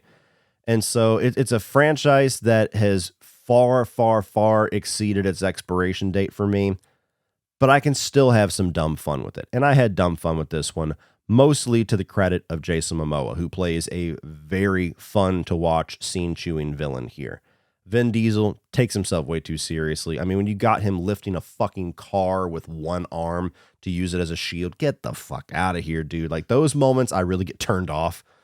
But it's still a fun movie. It's dumb fun, but it's fun. Number 63 is The Passenger, a little low-budget, independent thriller movie that I watched, I think back in like maybe August or something like that. But it's the latest movie with Kyle Gallner, who's on a really nice little victory lap with his second wind in his career here lately. Everything that he's been doing, even if the movie doesn't ultimately work for me, he is really good in it. And, you know, there's another movie that we're going to talk about much higher on this list that's going to come out this year that you guys really need to keep your eyes out, but we'll get to that when we get there. I'm going to get ahead of myself. The Passenger, it's interesting. You have Kyle Gallner playing kind of this rebel, small town guy. And, the movie opens up where the two characters, Kyle Gallner is, the more rough around the edges character. And then you have this very wimpy and very standoffish character who's quiet. And without telling you too much, there is an explosion of events that put these two characters together at the very beginning of the movie. And essentially you're taken on this road movie with the two of them where Kyle Gallner is going to force the main character to finally stand up for himself and to finally like grab life by the balls and to actually like have some fucking emotion and have actually a will to live. And, we've seen scenarios like that. You get very straight character, you get wild ass character, you put them together and, we're trying to bring the life out of the less interesting character. And for most of the movie, I was really intrigued with it. Where it ultimately goes in the third act, just, suggesting some of the reasons why Kyle Gallner is the way that he is. I feel like the character was much more interesting being mysterious than having somewhat direct information given to why he's crazy and why he's a little psycho. And, you can kind of assume what the climax of the movie is going to be. And we've seen it in this type of storyline before. It just didn't have as much impact as some of the other movies that I've seen with a very similar premise. So watch this if you're a Kyle Gallner fan for sure. It's definitely interesting. It just didn't wrap up in the most satisfying way for me. 62 is going to be Five Nights at Freddy's. This might be the most financially successful horror film of the year. Don't quote me on that. Somebody give me the facts down below. I'm pretty sure that it is. And this is a movie that I was always curious about. I had little to no experience or knowledge of the Five Nights at Freddy's franchise when I walked into this. I live streamed on my gaming channel one night, playing a little bit of the first 4 games and kind of getting a bit of a flavor for what's going on. I understand the appeal to a degree, but I had no idea of like the deep levels of lore and all the fan stuff and nothing like that. And this is a movie that absolutely succeeds at giving what the fans want. This is very much like the experience that I had with Resident Evil Welcome to Raccoon City a couple of years ago, where that was made for people that are very knowledgeable and in love with the first 2 games. So there's a lot of moments in it that you only really get the appeal of and really kind of get the impact of if you know certain things going in. And that's the way this one was, where all the big moments in the theaters where all the fans that I watched it in the theater with were like, oh my God, freaking out. I was like, what the fuck's the significance of that? And so it's very much a movie similar to The Blackening, where I was kind of on the outside looking in at people having a much better experience with this. My experience was just okay with it. I think the story was okay. Josh Hutcherson, I like him a lot. There was this kind of device where he goes into his dreams and tries to find information about his brother that I feel like they did a little bit too much of that. It failed to keep me interested. And the animatronics looked great. I was very intrigued on seeing where they were going to go with that. It's still fairly safe horror. It's not really gory. There's shadows and suggestion, but it's PG-13 as fuck. So I liked it. I would watch a second one. Hopefully they go a little more hardcore with that one. I really like Matthew Lillard in the movie too. But the story-wise, I just don't think the movie does much to write home about. Number 61, we have Dogman. Fucking Dogman. Wow, this was the weirdest experience of Fantastic Fest this year, or last year for sure. So for those that have never attended the festival, they always have a couple of secret screenings. If I'm not mistaken, every year previous to last year was 2 secret screenings. But 2023, they were like, this year we got 4 secret screenings.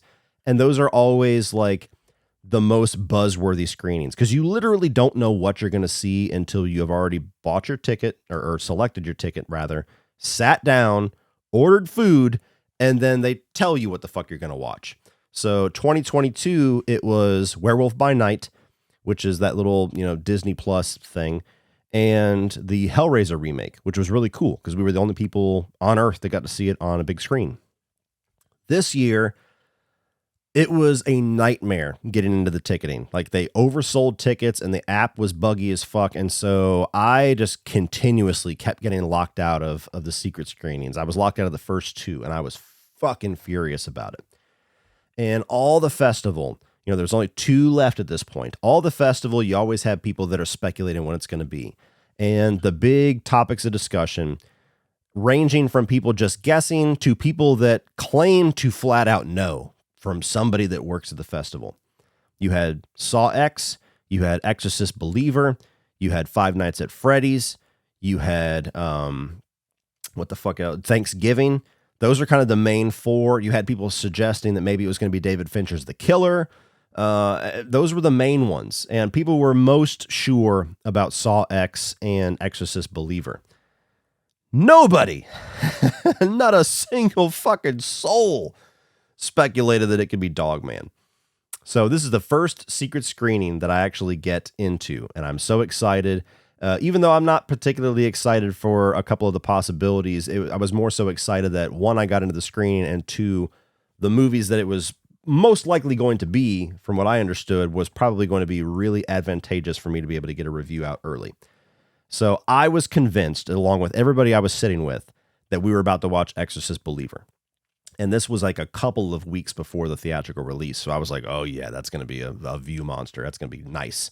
And I was curious about the movie. It ended up being way the fuck down there on the list, but I was at least curious about it. So the woman comes out who announces, I think she was one of the content directors.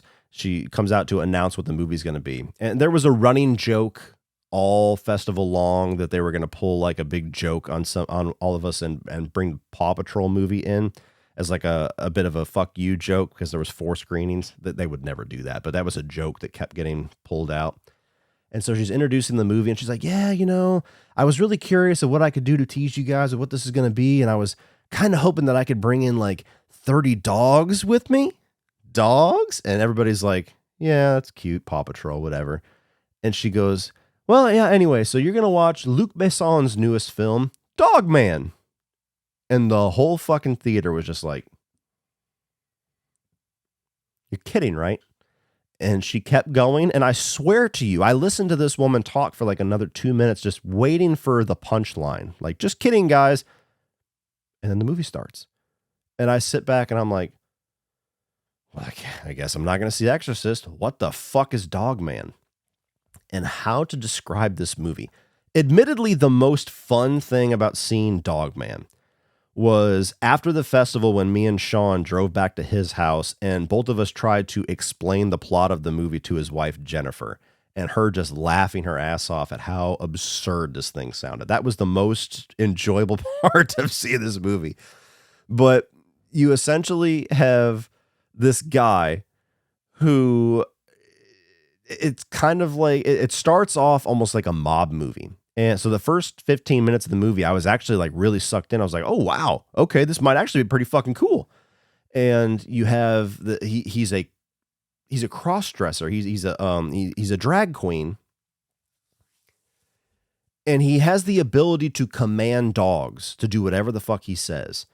So the movie literally starts off with like this neighborhood and somebody comes to Dog Man, almost like Don Corleone on his daughter's wedding, and says, I need you to do me a favor. There's this guy that moved into town that's squeezing me for money, saying that I have to pay him all this money for protection money.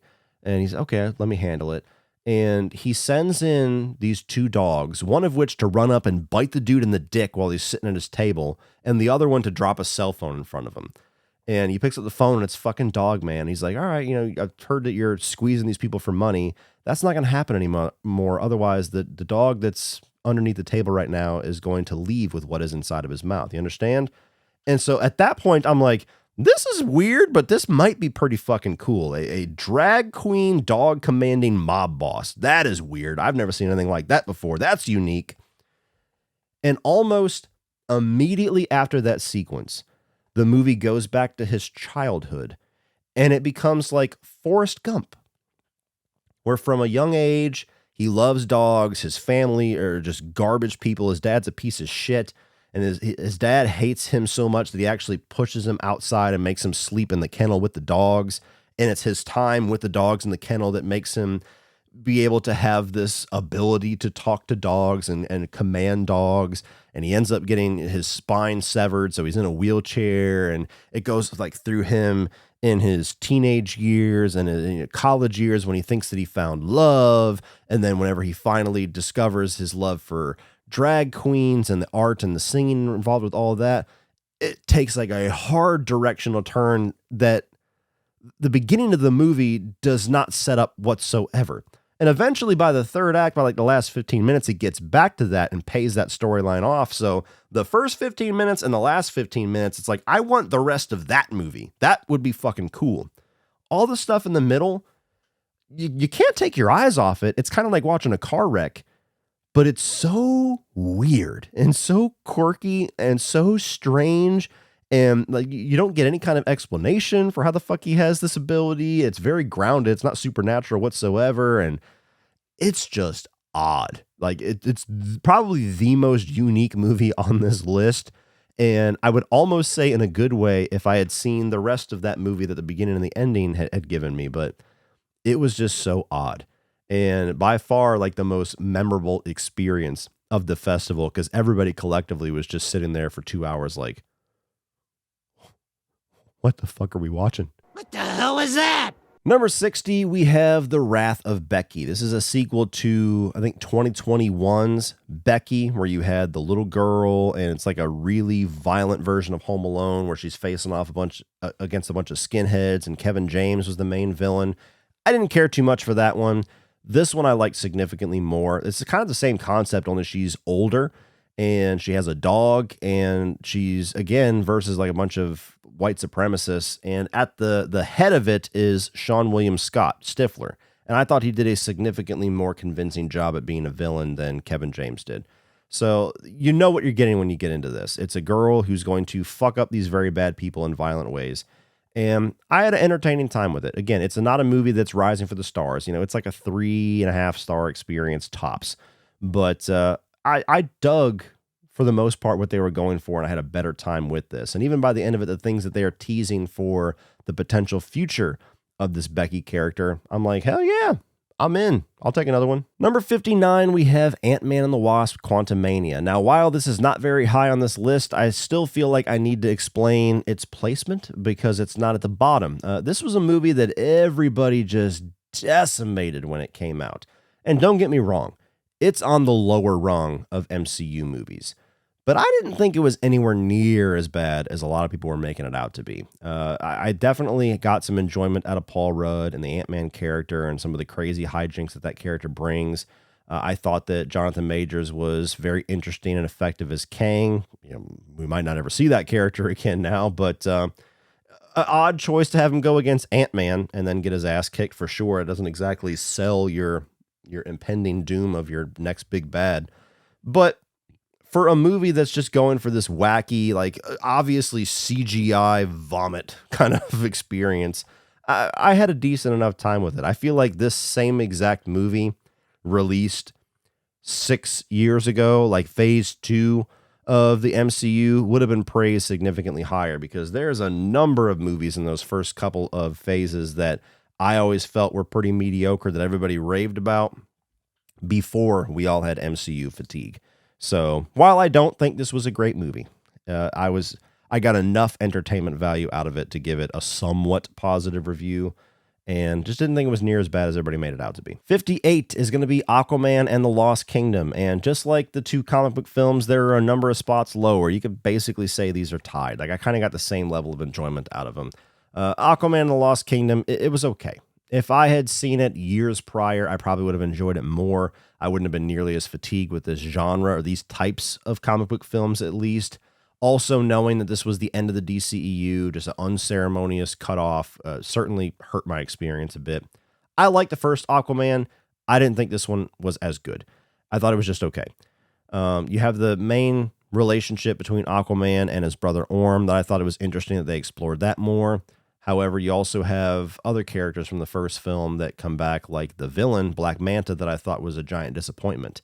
And other than that, like it's a fun world to look at, but I'm burnt out on these types of movies. And if I had seen Aquaman earlier on in the year and Ant-Man and the Wasp: Quantumania later in the year, my reception for those two movies might be slightly different. I probably would be saying I was sick of these movies, more so with Quantumania. But as the last comic book film and a year full of pretty mediocre comic book films all around, it just didn't do this movie any favors. Number 57, we're going back to Fantastic Fest with Crumb Catcher, and this was a really interesting, odd movie.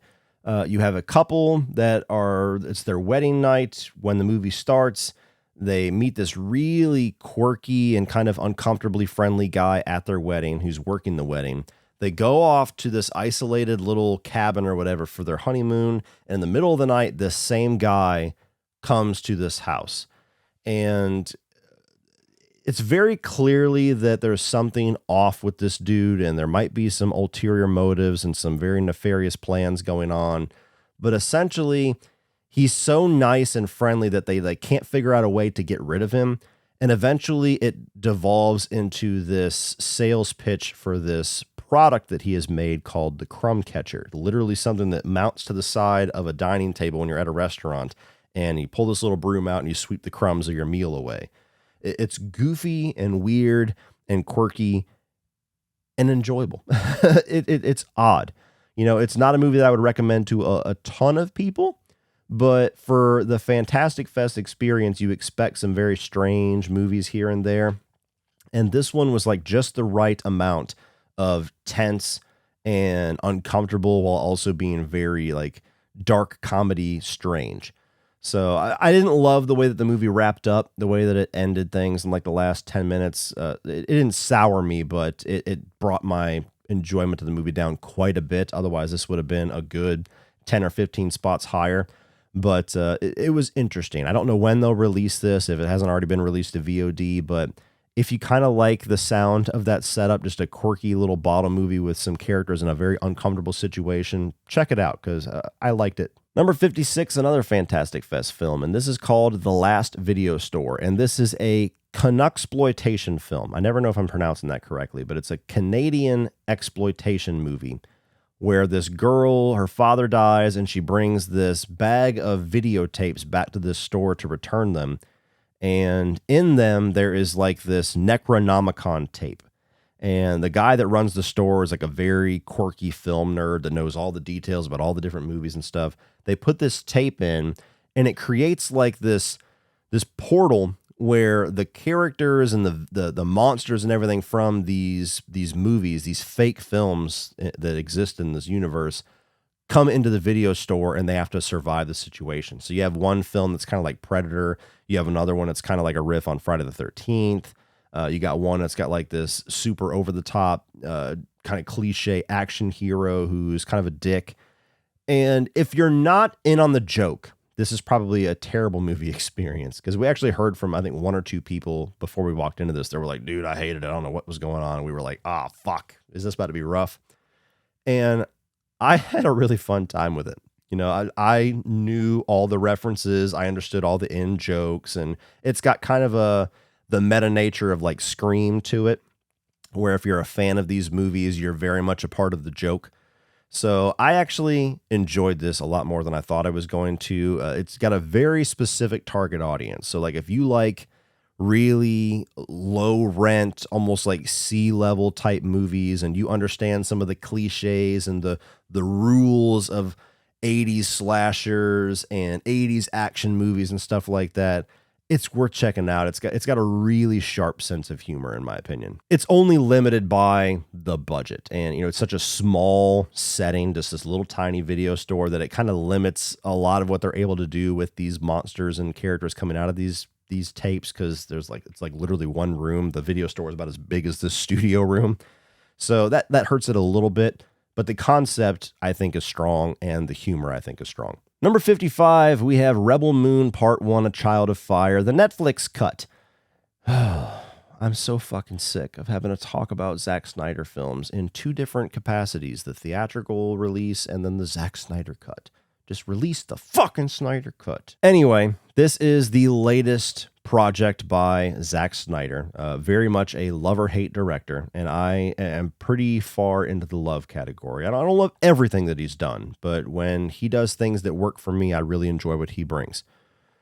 And this is kind of his take on Star Wars and Seven Samurai and a couple of other movies I've heard reference that they're taking a lot of direct reference to what he's doing here. Some have gone as far to say ripoff. And I was really intrigued by this because the trailers looked interesting. I've been curious to see what Zack Snyder can do unshackled from studio interference. And then the second that I heard that they were releasing a cut down and a PG-13 version of this movie first, and then months later we're going to get the 3-hour cut that's rated R, I was like, dude, fuck you. Whoever made that decision, go fuck yourself. If it was Netflix, fuck you. If it was Zack Snyder, shame on you. You know better. And fuck you too.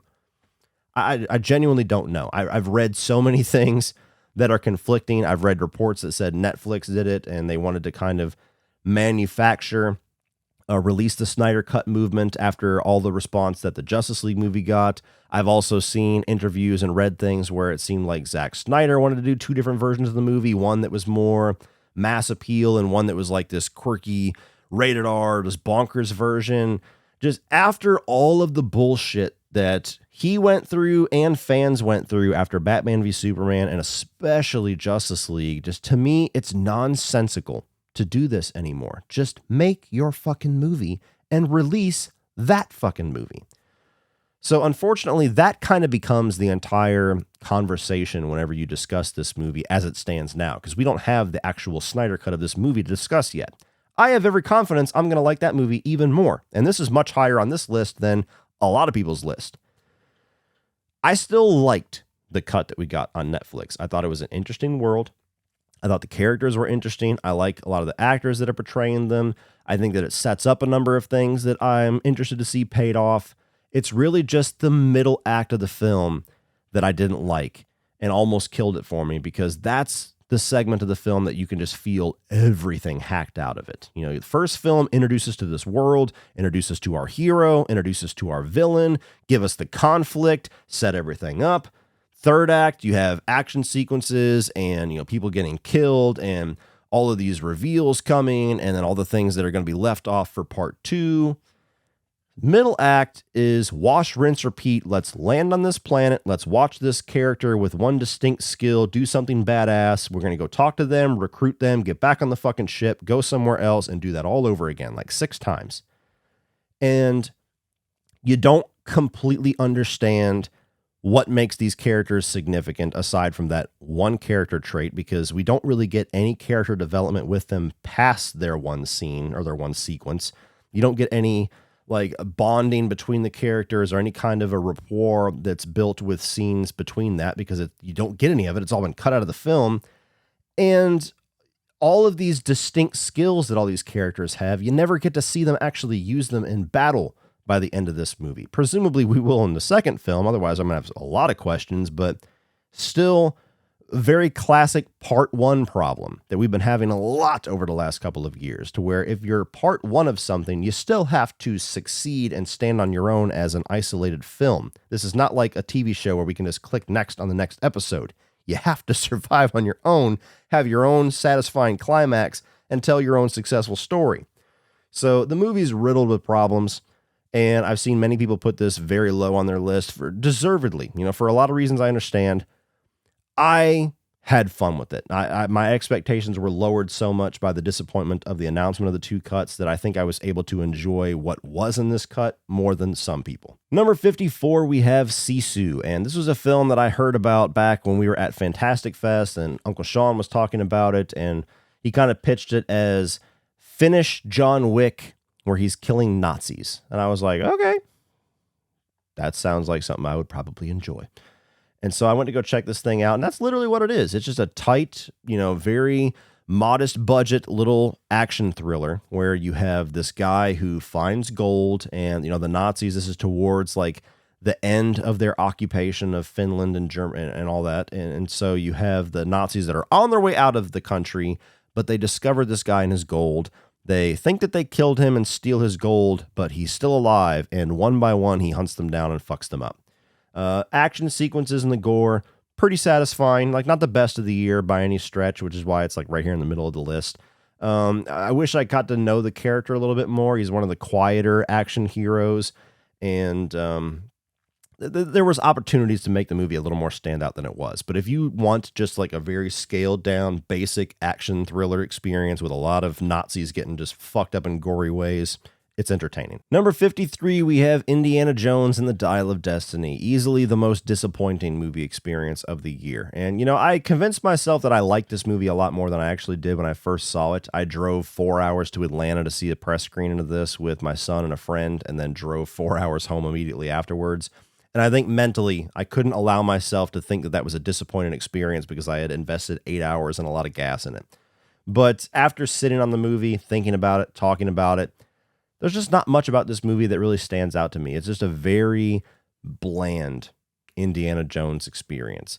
I never really was all that sold on the idea of this back when they announced it, when they were going to do a 5th film. And we've got, I think, an 80-something-year-old Harrison Ford portraying a 70-year-old Indiana Jones. The appeal of Indiana Jones is this young, muscular, charismatic, handsome adventurer that is part womanizer and very much James Bondish. And he goes through and he does archaeological digs and stops all the Nazis from doing certain things. And it was just how are we gonna capture that with the 70-year-old? Because we didn't quite succeed with that, 15 years ago with the Kingdom of the Crystal Skull. So I don't know. The expectations walking into this was hopefully it just doesn't embarrass itself. And it doesn't, but it also doesn't really rise much above that. It's the weird thing where I don't really know in this moment if I prefer this or Kingdom of the Crystal Skull, because Kingdom of the Crystal Skull certainly has lower lows, but it has much higher highs.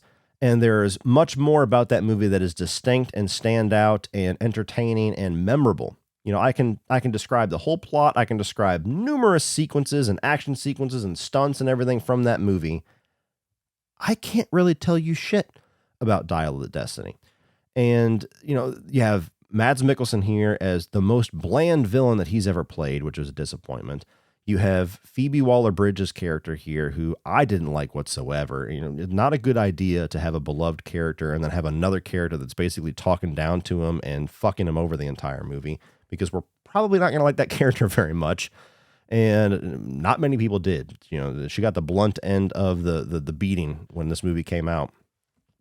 Stunts, action-wise, very clearly a lot of it on green screen, a lot of it done with stunt doubles and stuff, which just takes you out of the magic of it, because that's part of what makes the first three films so awesome, is all that real in-camera stuff. And then the third act, when it goes with its big like sci-fi angle, to me it was too much. You know, Kingdom of the Crystal Skull was too much too. I'm not saying that it was crazier than that, but these movies always end with a bit of a supernatural edge, and this one went too far for me personally. And then the ending note that they give you is a less satisfying version of what we already had at the end of Kingdom of the Crystal Skull. So I didn't hate this movie. I think it was all right. Like, it's right here in the middle of the list. It might even actually be right dead center in the middle of the list, damn near. But for an Indiana Jones film, I don't want to ever have one that I call forgettable and mediocre, or one that I would like have to force myself to rewatch, which this would be. I don't know if I'll ever rewatch this film again. I think I might be one of those people where my head canon going forward is that this was a 3-movie franchise, and those other movies are like high budget fan fiction. They don't exist. Number 52, Transformers: Rise of the Beasts. I did not have enjoying a Transformers film more than a new Indiana Jones on my bingo card this year, but stranger things have happened. Stranger things have yet to happen on this list. I really don't care about this franchise. I loved the first one when it first came out. I really did not like the second one, and I did not watch any of them since until I ranked them. I ranked Michael Bay's films last. And they were such an unmemorable, like, just mash of VFX and metal smashing each other that I can't tell you anything about 3, 4, and 5. Like, it's just like my mind is a blur on those movies. So I'm not really somebody who's going to be excited about a new Transformers film. I watched it just as a part of the job. And I was surprised with how much I dug this one. You know, it's not great. Again, it's right here in the middle of the list, but it was fun. And it was certainly better than the last number of them. It feels a little more focused. You have certain Transformers characters that get a little bit more of the focus of the movie here. The one played by Pete Davidson. I can't remember the name of the fucking car. But you have that, and you have a human character that I'm also invested in, where he's trying to save his little brother. And there's a number of directions that they take things that are certainly exciting for people that are big fans of this franchise and other Mattel properties and things like that. So it delivered a pretty entertaining Transformers experience. It's still low-hanging fruit. It's still CGI porn. You know, it's still a movie that I don't see myself rewatching it anytime soon, but I walked in with little to no expectations of enjoying it, and I walked out saying, hey, you know what? That wasn't a bad way to spend 2 hours. Here we go again. Hot take. Number 51 is Poor Things. Another one of these award season darlings that has just been getting nothing but rave reviews from everybody. And, you know, again, I'm going to feel like a broken record here. It's just not for me. You know, I watched the little bits of the trailer of this and saw the poster and kind of understood what this movie was going for. And just like with Beau is Afraid, it was like a pretty safe assumption walking into it. This is not going to be for me. But curiosity got the best of me. Always want to give these movies a shot. And, you know, I think Emma Stone does a fantastic job. I think she deserves all of the accolades that she's been getting. If she wins another Oscar, I would not be surprised whatsoever, and I would not be calling foul at all. She goes for it in this movie. Like, there's a word that people kind of overuse a bit, fearless. She's fearless in this movie. Like, she lets it all hang out. I think that Mark Ruffalo is very funny in this. He gave me some genuine laughs with his performance, and that's a side of him that I have not seen in quite a long time. So he also is very good here. And it's definitely a movie that it has your attention the entire time. Basically, you have a riff on Frankenstein where Willem Dafoe reanimates this dead woman who is Emma Stone's character, gives her a child's brain. And as the reanimated version of Emma Stone, she is kind of rediscovering the world through the innocence of a child that matures very quickly. At least you have to choose to assume that she matures very quickly. Otherwise, this movie goes into some very wrong places. But it's a story about this woman kind of, it's a love story, but she's falling in love with the world. She's fallen in love with everything that surrounds her, and like the atrocities of the world actually like hurt her heart. And so it's about discovery, liberation, sexual freedom, especially. Holy fuck. And so again, broken record. It's one of those movies that's these award season movies that I grasp what it's going for. I understand what it's trying to teach and what the message is trying to get across within, the first half of the movie. And it just kind of keeps re-exploring and re-hammering home the same point. And so while it was definitely weird and intriguing enough to keep my attention, it's also way too weird and quirky for me. When you have Willem Dafoe that's like, and like burping up these giant bubbles every time they show him eating dinner. There's weird shit like that where I'm like, why is that there? What does that add aside from being fucking strange? Like, what does that work into your thematic through line here? Like, tell me the purpose of the burp bubbles, please, before we continue. There's weird shit like that in this movie that definitely keeps it, from being a movie that I fully enjoy. A little too long because I already understood what it was going for and just felt like another hour of like, okay, we're going to just keep showing her fucking over and over. So, it's one of those award season movies where I'm like, I get it. This is a film Twitter movie. Absolutely 100%. But, it's higher on this list than the other ones. Give me a little credit. Number 50 is David Fincher's The Killer. And this was another movie that I had very, very high hopes for because I'm a massive David Fincher fan. He's easily in my top 5 directors of all time. And anytime he does anything, I'm going to watch it, even if it's subject matter that I'm not interested in at all, like Mank. And this absolutely is subject matter that I'm interested in because all I knew about this when I clicked play is David Fincher, assassin hitman movie based off of a graphic novel starring Michael Fassbender. Check, check, check, check. Give me that shit now. And when I played it, it's absolutely elevated by David Fincher. This exact movie in the hands of a lesser director would be the most bland and generic thriller experience of the year. So I think that he does a fantastic job as a director, as you would expect him to do. I think Michael Fassbender is great in the role, and I love seeing him do interesting things like this again. He's had kind of a rough patch too, where he's absolutely A-list talent, but he's made some bad choices on what movies to take. I wouldn't say this is a bad choice, just not high enough for me. And, it's got that David Fincher style. It's got some interesting things that it's exploring, like how meticulous this guy is with his preparations and all these little things that he does to kind of set up these domino pieces of a hit before he knocks them all down, like little things that he buys and how he's able to get into doors. And there's some intriguing stuff here. However, at its core, it's a story that we have seen so many times. Like, the theme of 2023. You have Hitman that has a hit, he fucks up the hit, and now the agency that he once worked for is coming after him, and he has to take the fight to them. That's Bourne Identity, that's Long Kiss Goodnight, that is so many other films within like the spy genre that it's almost a cliched storyline at this point.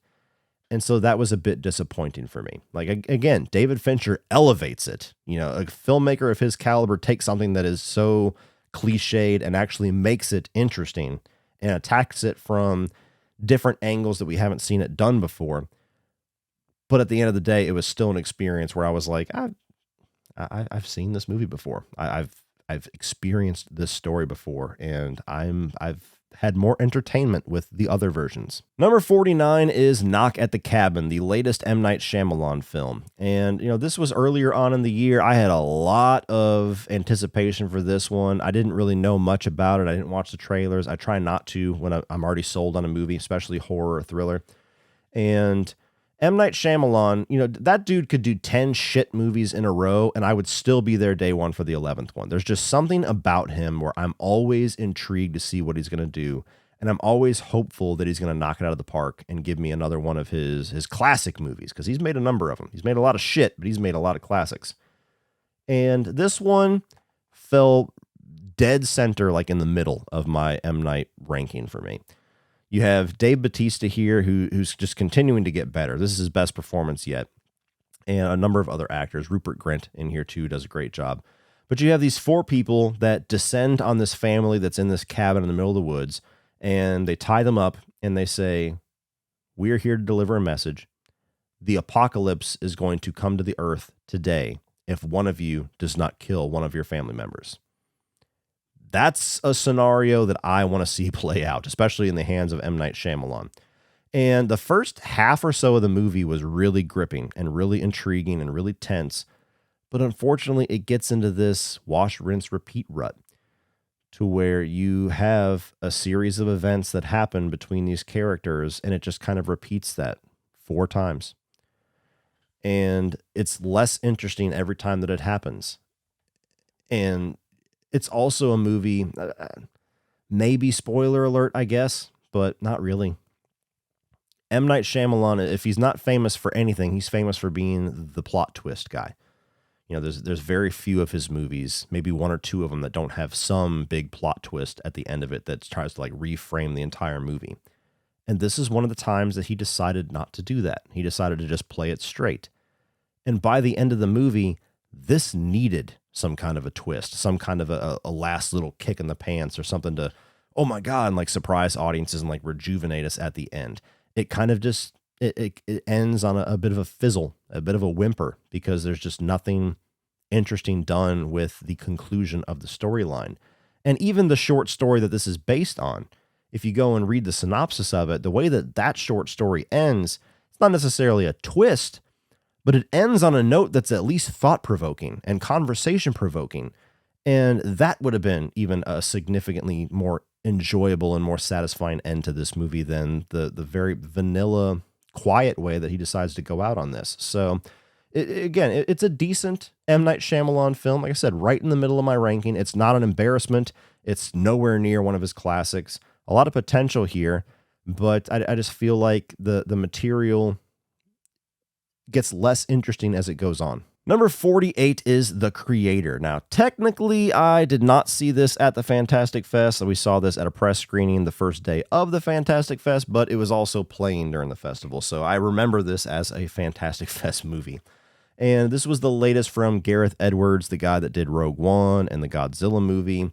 And I'll be honest, I haven't loved any of his movies so far. I think visually they're incredible, but story-wise, they always kind of leave me wanting more.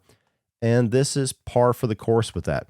Visually, it's astounding, especially when you look at how much money they spent. This, as well as Godzilla Minus One, are the 2 biggest examples in 2023 where you can point to Hollywood and say, see, you don't need $300 million fucking dollars to make a movie look great. In fact, when you spend that much money, it tends to look like shit. So what's your fucking excuse?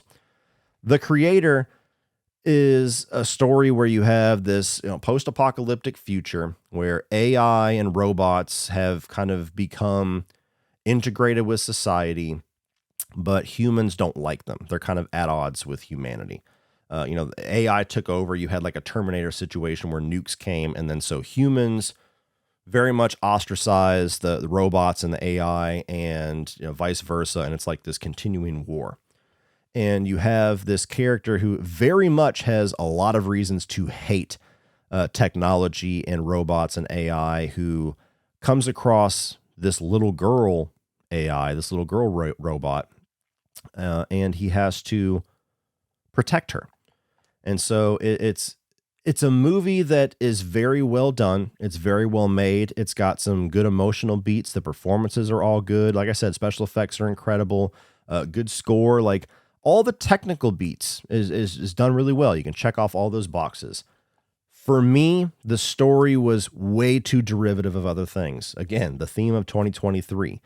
This is Terminator mixed with iRobot, mixed with Blade Runner, mixed with Last of Us, and that's the movie. That's the storyline. And there's at no point where they really rise above that. It all just kind of feels like a greatest hits of all these greatest movies of all time.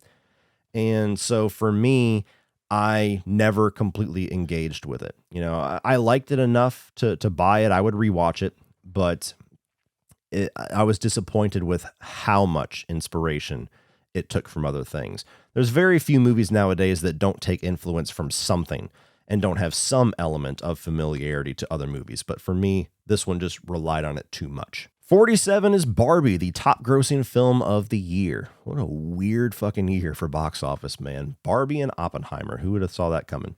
So this is Greta Gerwig's movie where you are essentially taking a very tongue-in-cheek satirical look at men and women's roles in modern society by using the Barbies and the Barbie land and using that as kind of a direct mirror or kind of an opposite to how things are in the real world. And once you get past the fact that the Barbie movie is absolutely not made for kids, not made for little girls, it's made for the big girls. Once you get past that oddity, I thought it was a fairly smart movie. I thought it was a really interesting and clever concept where you have the Barbie world where the Barbies are on top. They do everything. The Kens are all but useless and they're just Ken. They do beach. And then you have Ken and Barbie that get into the real world.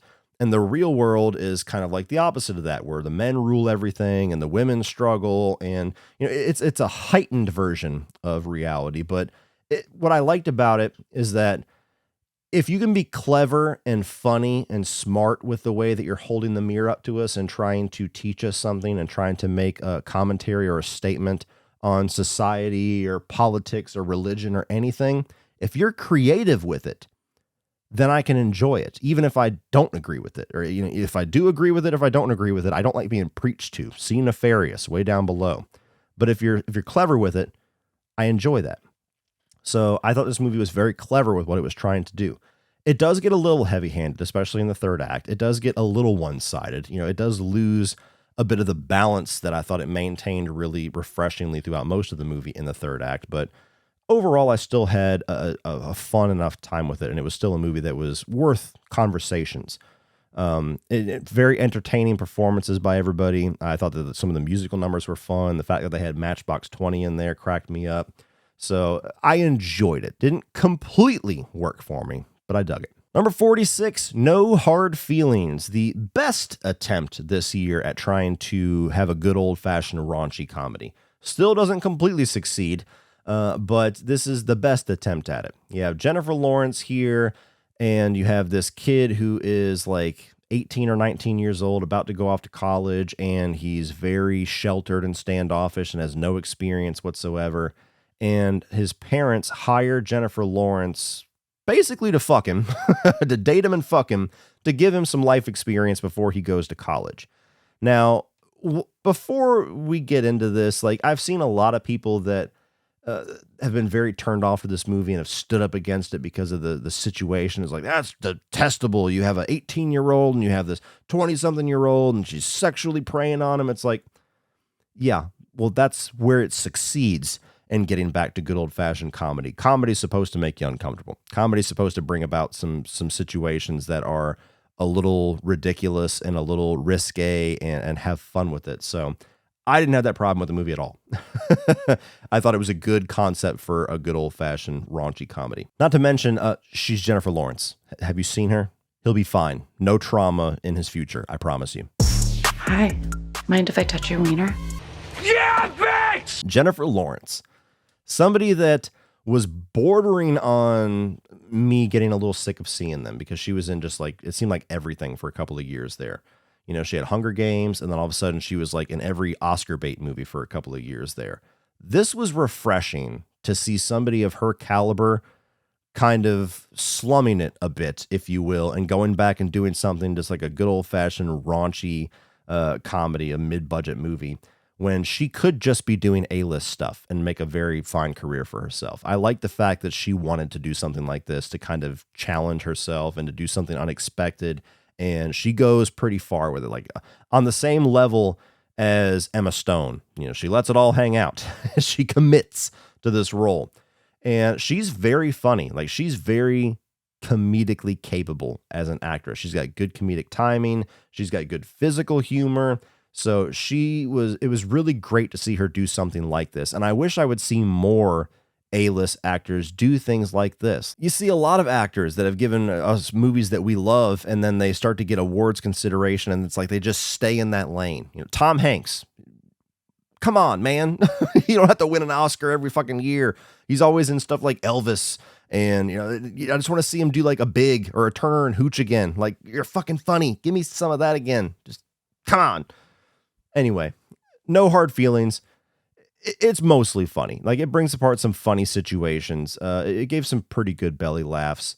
There's some moments in the movie where they actually start to like hold up the mirror to like Gen Z or like modern teenagers, where she's at the party and they're all just on their phones, like doing TikToks and shit. And she's like, does anybody fuck anymore? And there's moments like that where I'm like, yes, do more of that. Do more of that. This movie's a classic. They didn't.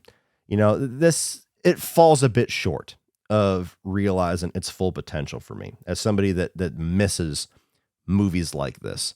It doesn't quite hit a home run, but I at least enjoyed the fact that it came closer than any movie in recent memory. Number 45 is Megan, a nice little surprise from this January. The 2023's January was actually pretty solid. It was one of the few exceptions out there where, at least so far in 2024, with movies like Night Swim, it's like, yep, we're back.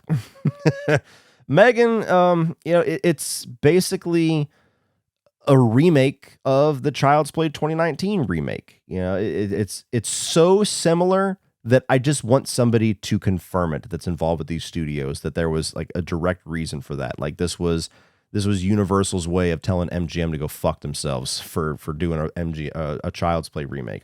That's my headcanon reason for why this movie exists. But you have this AI doll that's put into the hands of this emotionally traumatized little girl, and basically she becomes her only friend, this AI doll. And the AI is a little wonky to where anytime she feels like there's a danger to this girl, she starts to turn a little sadistic and a little murderous. And it was entertaining. Even the PG-13 cut that we got in theaters, which again, fucking obnoxious. This was supposed to be rated R. It was shot to be rated R. And because they got all of the TikTok fame, they said, let's cut it back to PG-13 so all the kiddies can go and see it. And business-wise, they made the right decision because the movie made a lot of money. But I said when I reviewed it, I said, you watch, we won't even get to the end of this fucking weekend, and they're going to announce that the rated R uncut version is going to come to VOD and Blu-ray in a couple of months. Lo and behold, like clockwork, they did it. And when you finally watch that, there's not really a lot of added gore to it. Like, it's a light R, hard PG-13, even in the uncut version, just aside from the number of F-bombs that are thrown in the movie, which you can easily cut those out. But, you know, that annoyance aside, I thought it was a fun enough version. I prefer Child's Play 2019, if I'm going to be honest. I just thought that movie, it went for it. It was much more bloody and visceral, and it had a lot more balls than Megan did. Megan's a little bit more bubblegum horror, I guess. Does that make sense? But I still liked it. You know, this and Five Nights at Freddy's were very successful first entries for Blumhouse. That's going to set up probably a long-running franchise on both of them. This one, I think, was a much more successful first outing. Number 44, we have Suitable Flesh, another Fantastic Fest movie, and this one's an oddball, man. You know, I bought it on Blu-ray. It actually just arrived in the mail today. I do want to rewatch this and see if my thoughts change on it now that I kind of know what the movie is. But it's essentially an H.P. Lovecraft story with like body swapping, body horror. And it's mixed, in a much higher mix on the side of erotic thriller. So you have Heather Graham, who is a psychiatrist, and Judah, what the fuck is his name? The kid from the Babysitter movies shows up and says, my father is trying to take over my body. I'm in danger. And she obviously hears that. And like most rational people are like, this fucking kid needs drugs. Something's going on with him. and quickly finds out that he might not be as crazy as he sounds, that there's actually some kind of a demonic body possession thing happening. And she gets, tangled up in this kid in this very dark H.P. Lovecraft situation, while at the same time, there is a lot of sex going on. And the odd part of the movie is that you have a movie that is very rated R, especially with the gore and stuff. But even when you go to the sexual side of the movie, they have no problem being really graphic and damn near pornographic with the dialogue and with the suggestive situations and with the things that these characters are saying. But when you get to the sex scenes, everybody's fully clothed and there's almost no nudity in the movie, which again, it's a weird criticism to say because it just, on paper, it just sounds like I'm shitting on the movie because there wasn't enough tits. And that's not exactly what the problem is, but it's such a strange experience when you actually watch the film, and it's such an adult sexual experience, but reserved with that one little side of it. And it's just odd. And so the first time that I watched this, I really dug it. I enjoyed it. I thought that it was an interesting little mix. It's got a cast that I really liked. Even Barbara Crampton's in here. And it's very much, it's made by the people that made the Reanimator movies. And so you get a little bit of that vibe in here. And I definitely dig that when it's done well. There was something in the third act to where it kind of felt like they broke their own rules a little bit to make things happen that I didn't appreciate. But overall, it was a really wicked movie. I just wish that if they were going to go for it, which they absolutely wanted to, they would have just went for it. And this might have been 10, 15 spots higher, but it ended up being a very strange experience. Show me them boobies. Number 43 is the Toxic Avenger remake, and I don't know when the fuck this is going to happen. I would assume it's going to come out in 2024, but I'm kind of shocked that we still don't have a release date for this. This was the opening night movie of Fantastic Fest. It was one of the more prolific movies that they showed as far as like mass appeal and a recognizable name. I had never seen the Toxic Avenger movies before. I watched the original the day before we saw this one, and it was definitely interesting. I enjoyed it more than I thought I was going to. I plan on doing a review series whenever this finally does get a release date, kind of leading up to when you get to check it out. But after you watch the original, the biggest question with this one is how the fuck are you going to do a modern version of that? Because the original, if you haven't seen it, it is absolutely a movie that you cannot make today. Like, I know that's annoying sometimes when you say that. It's like, man, fuck all these sensitive ass bitches. We can make these movies. No, you can't make Toxic Avenger today. I mean, you've got children being killed. You've got blind women being sexually assaulted after the animal was shot. I mean, it is gratuitous. And so that was my question is like, okay, I'm curious to see like a modernized version of this with a higher budget, but how are you going to do it? And ultimately what you have is a movie that just leans much harder on the gore and the violence and, all the other stuff. It kind of leaves out of the experience. And I thought it was fun. It was entertaining. Peter Dinklage was very good. I think that the way that they do Toxie, once he becomes the Toxic Avenger, was entertaining. Kevin Bacon's the villain. He's pretty entertaining here. You got Elijah Wood kind of looking like the Penguin in here, and he was fun to watch. It's a quirky movie that's just like this gore-filled B-movie camp experience. And when those are done right, I have fun with it. And I had fun with this one. I don't know where Toxic Avenger fans are going to land on it, though, because while I do think that they made probably the best version that you could make in modern times of a modern Toxic Avenger remake, I also feel like there's probably going to be a lot of Toxic Avenger diehards that are not going to care for this because it's very much a sanitized version of the original. Number 42, The Holdovers. And this is another one that's probably going to get me some frustrated comments. And I'll tell you what, like, this is the movie on this list that I look forward to rewatching the most. I did order the Blu-ray. It'll be here at some point. It's been like Oppenheimer to where it's just sold out everywhere. Physical media is not dead, motherfuckers. It's right. Show them. But The Holdovers was a movie that I did not really hear about. It wasn't on my radar until I think Sean put it at like number one the month that it came out. And I was like, oh shit, I need to check that out. And so I watched the screener that I had.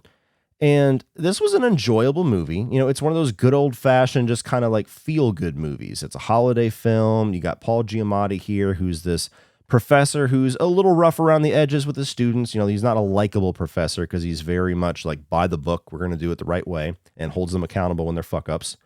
And you have this student who's a holdover, meaning like his family doesn't pick him up for the holidays. And so he's essentially stuck with his teachers and the lunch lady and everything into school during the holidays. And so it sets up a scenario where you have two people, Paul Giamatti and his student, that don't necessarily have much of an understanding of each other. And through the holidays, they learn who each other are. They understand each other. There's some heartwarming stuff in there. There's some heartbreaking stuff in there too. And so it's a good old fashioned feel good type movie. However, I felt like the movie was just too long. And some people scoff when you say that. They're like, any movie can be any length as long as it's the appropriate length.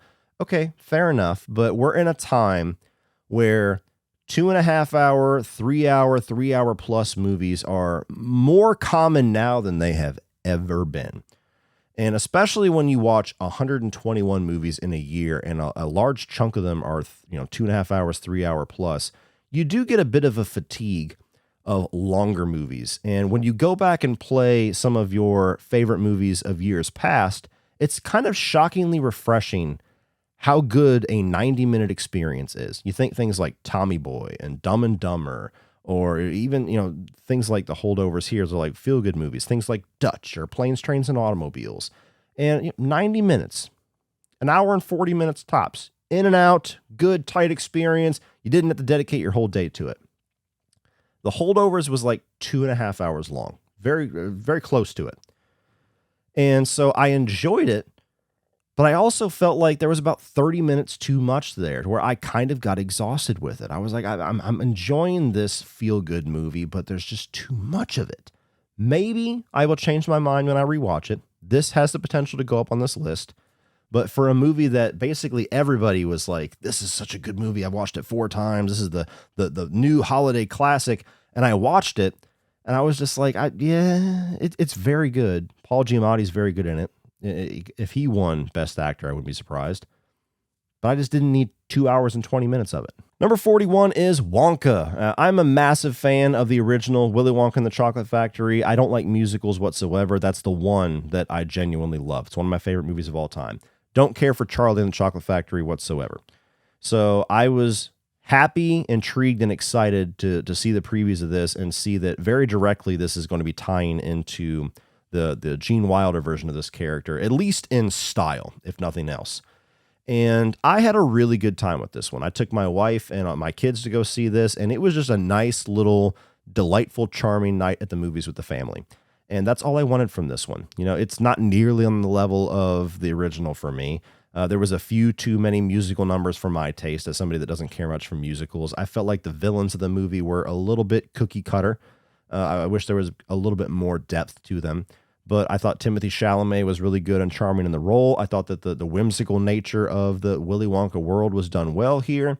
Even the Oompa Loompas, like the Hugh Grant Oompa Loompa, even though it's odd that we're in this era now, like for as inclusive and as representative as Hollywood tries to act like they are, the little people get fucked continuously because they're just like, oh, we're just going to CGI Hugh Grant's face on this instead of casting somebody where that's like the only role of the year that they could actually use. I don't know. I'm not overly passionate about that where I would get mad about it, but it is something that's very interesting to me. Some of Hollywood's hypocrisy. But nonetheless, Wonka, had a very fun time with it. I look forward to rewatching it. I can see myself watching this one every once in a while and then immediately throwing on the original and just having a nice little double feature. Coming in at number 40 is going to be Scream 6. And, this was one of the more disappointing movies of the year, but it's still an overall experience that I enjoyed more than a lot of movies this year. Scream 6 to me, all the way up until the last 15 minutes, was easily the best Scream sequel, in my opinion. I'm a casual Scream fan. I'm not somebody who's been a diehard since the original. I've kind of grown to appreciate these movies more as I've gotten older, but I am a fan. And I really enjoyed the 5th movie. I enjoyed these characters. I enjoyed the direction that they were going. So when they said they were going to continue on, and especially that it was going to be in New York, something a little different, I was excited for this one. And I thought that Basically, everything about it was pretty awesome. I liked the way that they were expanding these new cast of characters. I thought that Ghostface was pretty intense in this one. The kills, again, nothing too creative or different, still just kind of stabs, but there was a bit more of an intensity there that I liked. I enjoyed the New York setting. I liked where things were going. And then the second that the Ghostface mask comes off and you get all of the reveals and the motives and, you know, the Scooby-Doo stuff, it's the worst third act in the franchise by a lot. And I can't think of a movie in recent memory that I was here and in the last 15 minutes of the movie just nosedived it from where it was at. If the last 15 minutes was consistent with how I felt with the rest of the movie, this might have made my top 10. That's how much I enjoyed it. But I did not like the identities of the killer. I did not like the motivations. I did not like the way that the performance was very just fucking goofy as hell, where they're like in a totally different movie, just chewing the scenery.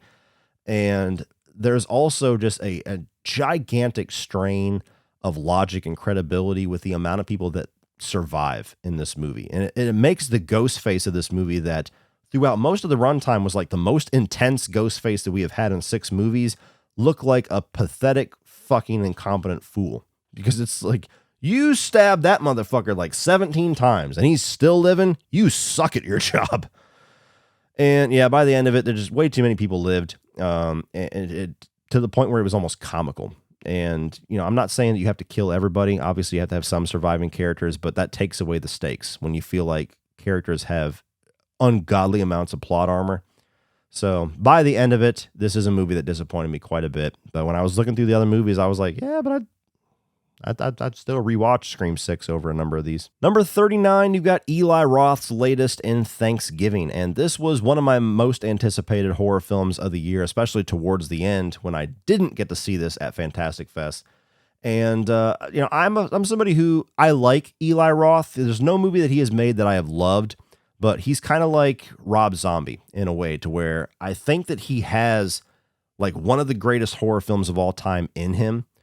But his writing always gets in the way of that for my own personal taste. You know, the way that he writes his characters always negatively affects my experience with his movies. I like pretty much all of his movies to some degree, much more than I do Rob Zombie. So maybe that was a poor comparison there.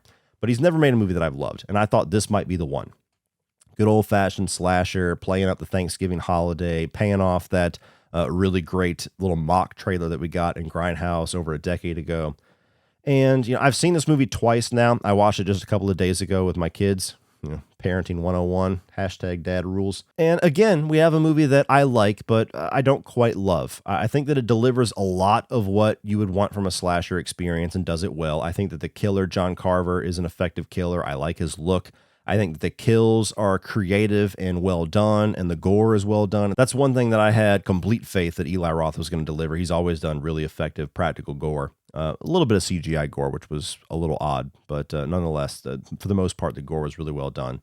I like the fact that they play up the Thanksgiving holiday themes, and it's very much a Thanksgiving movie. It's not just, you know, surface level Thanksgiving. So I appreciate that. It's a bit of a pet peeve for me how many Christmas movies don't feel like Christmas whatsoever and don't do anything with the holiday. But yet again, the writing gets in the way for me. I don't really like any of these characters, especially the characters that we're following, the teenagers. I don't think that they're written very well. I don't think that they're acted particularly well.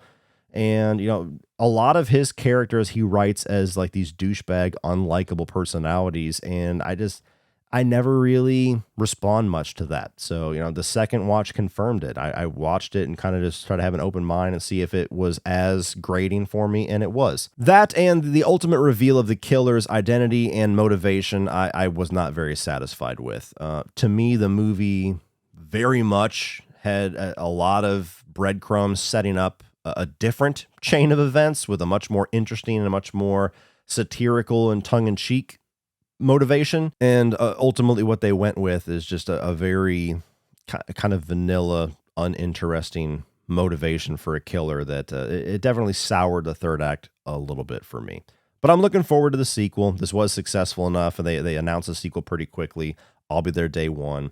I have a good amount of faith that I'll probably like a sequel more because they'll be able to expand on everything that they did well here. Number 38 is Dark Harvest, one of the later movies that I watched this year. I did not watch this whenever it first came out, when people were talking about it. I just kind of popped this on randomly one night on VOD, and this was a really interesting little horror flick here.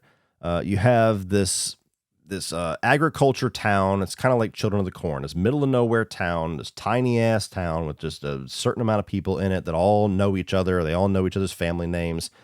And there's this tradition that they have where every Halloween there is this body that they put a jack-o'-lantern on that reanimates on Halloween and tries to get to the town's church, laying waste to everybody in its path. And all of the kids of this town have the task of hunting this thing down. It's called Sawtooth Jack. And the kid that kills it and prevents it from getting to the church is like hailed as a town hero. His family gets a bunch of money, and only then are you allowed to leave this town. So it's kind of like a lottery in a way. And it was a really cool and interesting premise. Sawtooth Jack, really interesting and cool looking villain. There's some really well done gore here. And so I was just really sucked into the premise and where things were going to go. Where the movie kind of fell short a little bit for me was the main character. I didn't really get into too much. I wasn't really invested in him. I never really quite bought his bad guy attitude. And I never quite understood his motivation, his determination to be a part of this ritual when he didn't have to be either.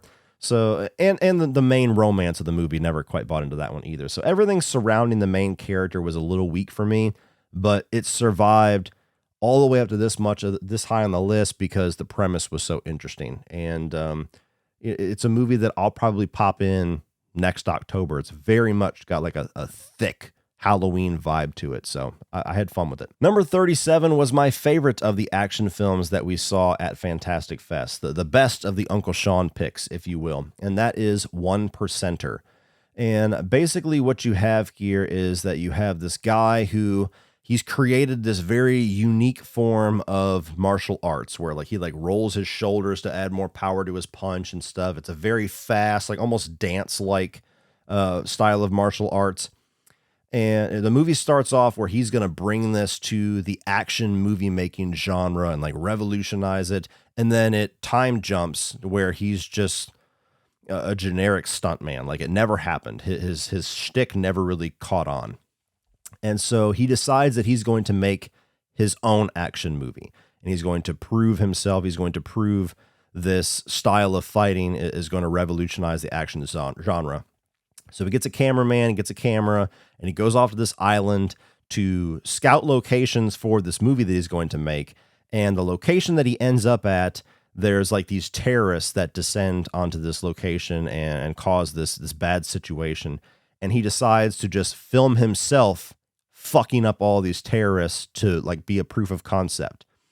And it is such a well done martial arts movie. Like the actual martial art itself is very unique. It actually is something that was created by the lead actor. Him and the bad guy actor, the main nemesis, actually did like a fighting performance in the theater when we were at the festival, which was really cool. But it's just shot really well too. Like it has a bit of that John Wick like speed to it. But there's also some really crazy drone shots where, you know, this is a multi-level building here, this abandoned building, and you'll have the drone like go through a staircase and go between people's legs while they're fighting and then zip back around. And it was drone shots where you're just like, how the fuck did you capture that? That's like the best drone flyer on planet Earth.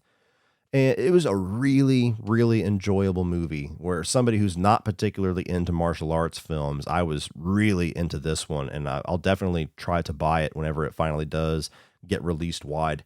But this was a cool concept, and although it's very much trying to be like a foreign country's version of Die Hard very directly, it does it well, and it does it with its own style enough to where it takes a familiar concept and makes it very unique in its execution. Number 36 is Creed 3. I'm a massive fan of the Rocky franchise. I actually reviewed the entire franchise leading up to the release of this one, so I was very excited for it.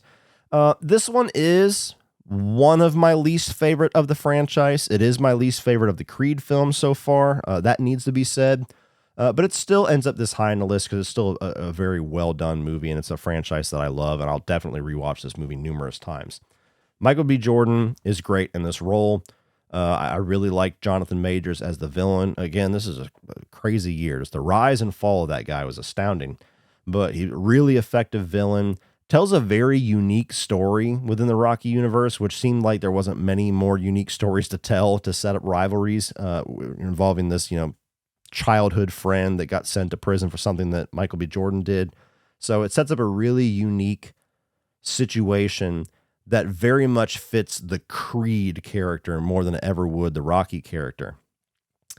Where the movie doesn't quite measure up for me is that while Michael B. Jordan does a fantastic job as a first-time director, he very intentionally puts in an anime style into the boxing sequences, and I'm not an anime guy whatsoever. So I personally didn't like that stylistic choice. It's unique. It makes the movie stand out, but I didn't personally like it, especially the third act fight. It's very metaphorical and fantastical the way that it's visualized. And to me, it just absolutely took me out of the intensity of what the final fight's supposed to be.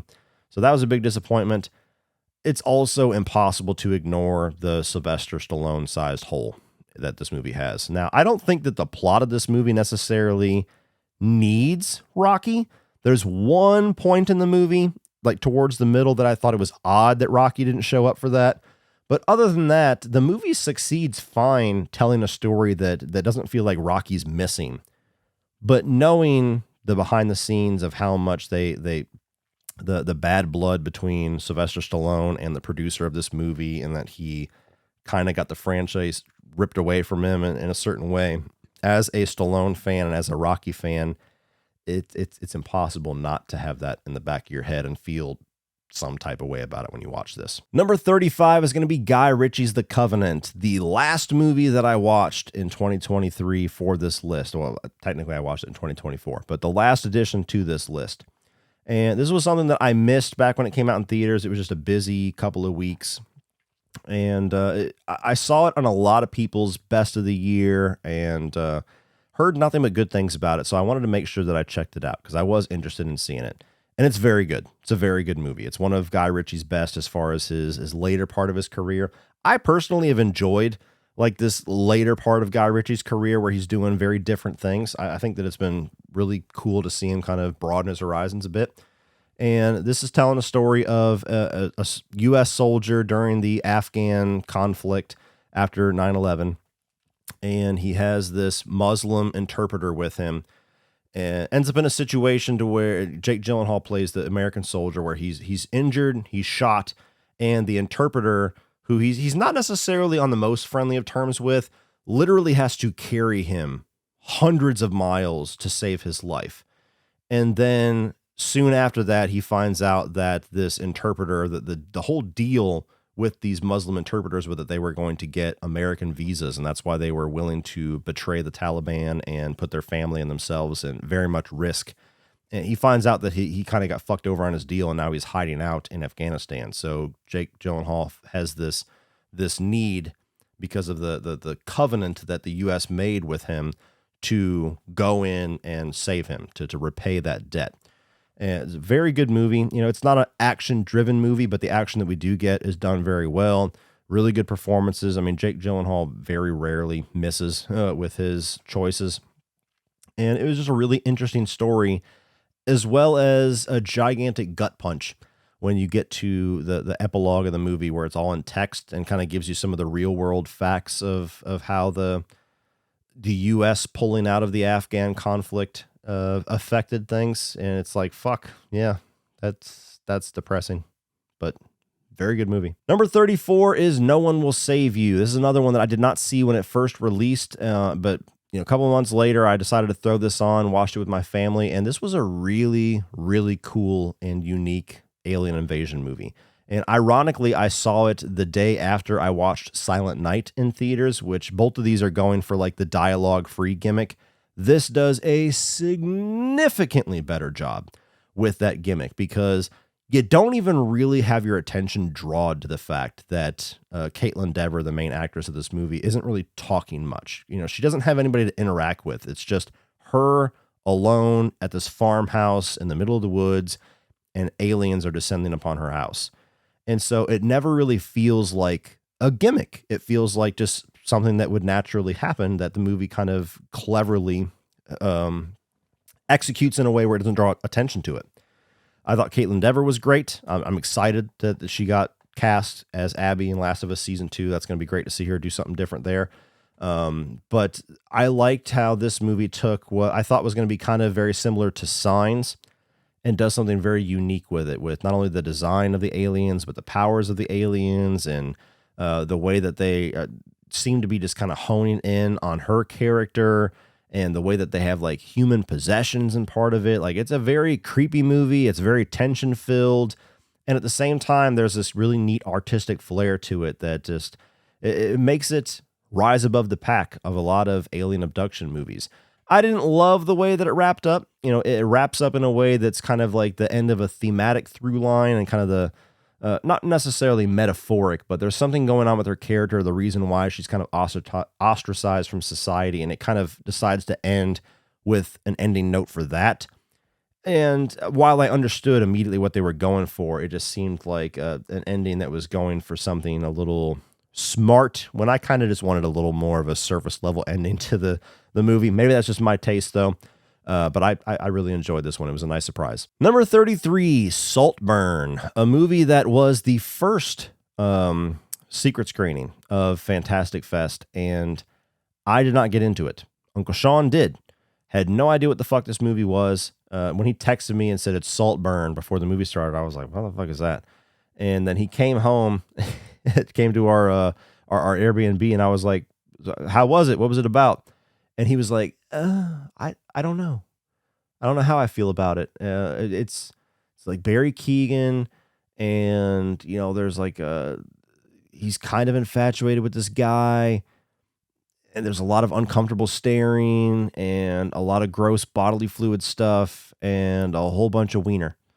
And you know, I'm paraphrasing, but that's basically what he told me. And I was like, huh. Sounds like a movie I probably don't need to watch. That wasn't a very good sales pitch.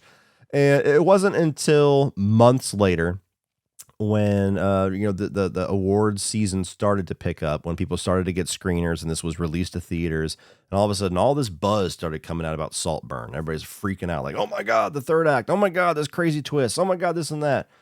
And so before film Twitter went too far and gave this the award for greatest movie ever made, you know, since the last week when it gave something else the greatest movie ever made award, I decided to check this thing out purely out of curiosity and not hype. And watched it with my wife. And while I still can't completely tell you if the movie stuck with me because it was effective or it just stuck with me because it goes for shock value, it is a movie that stuck with me.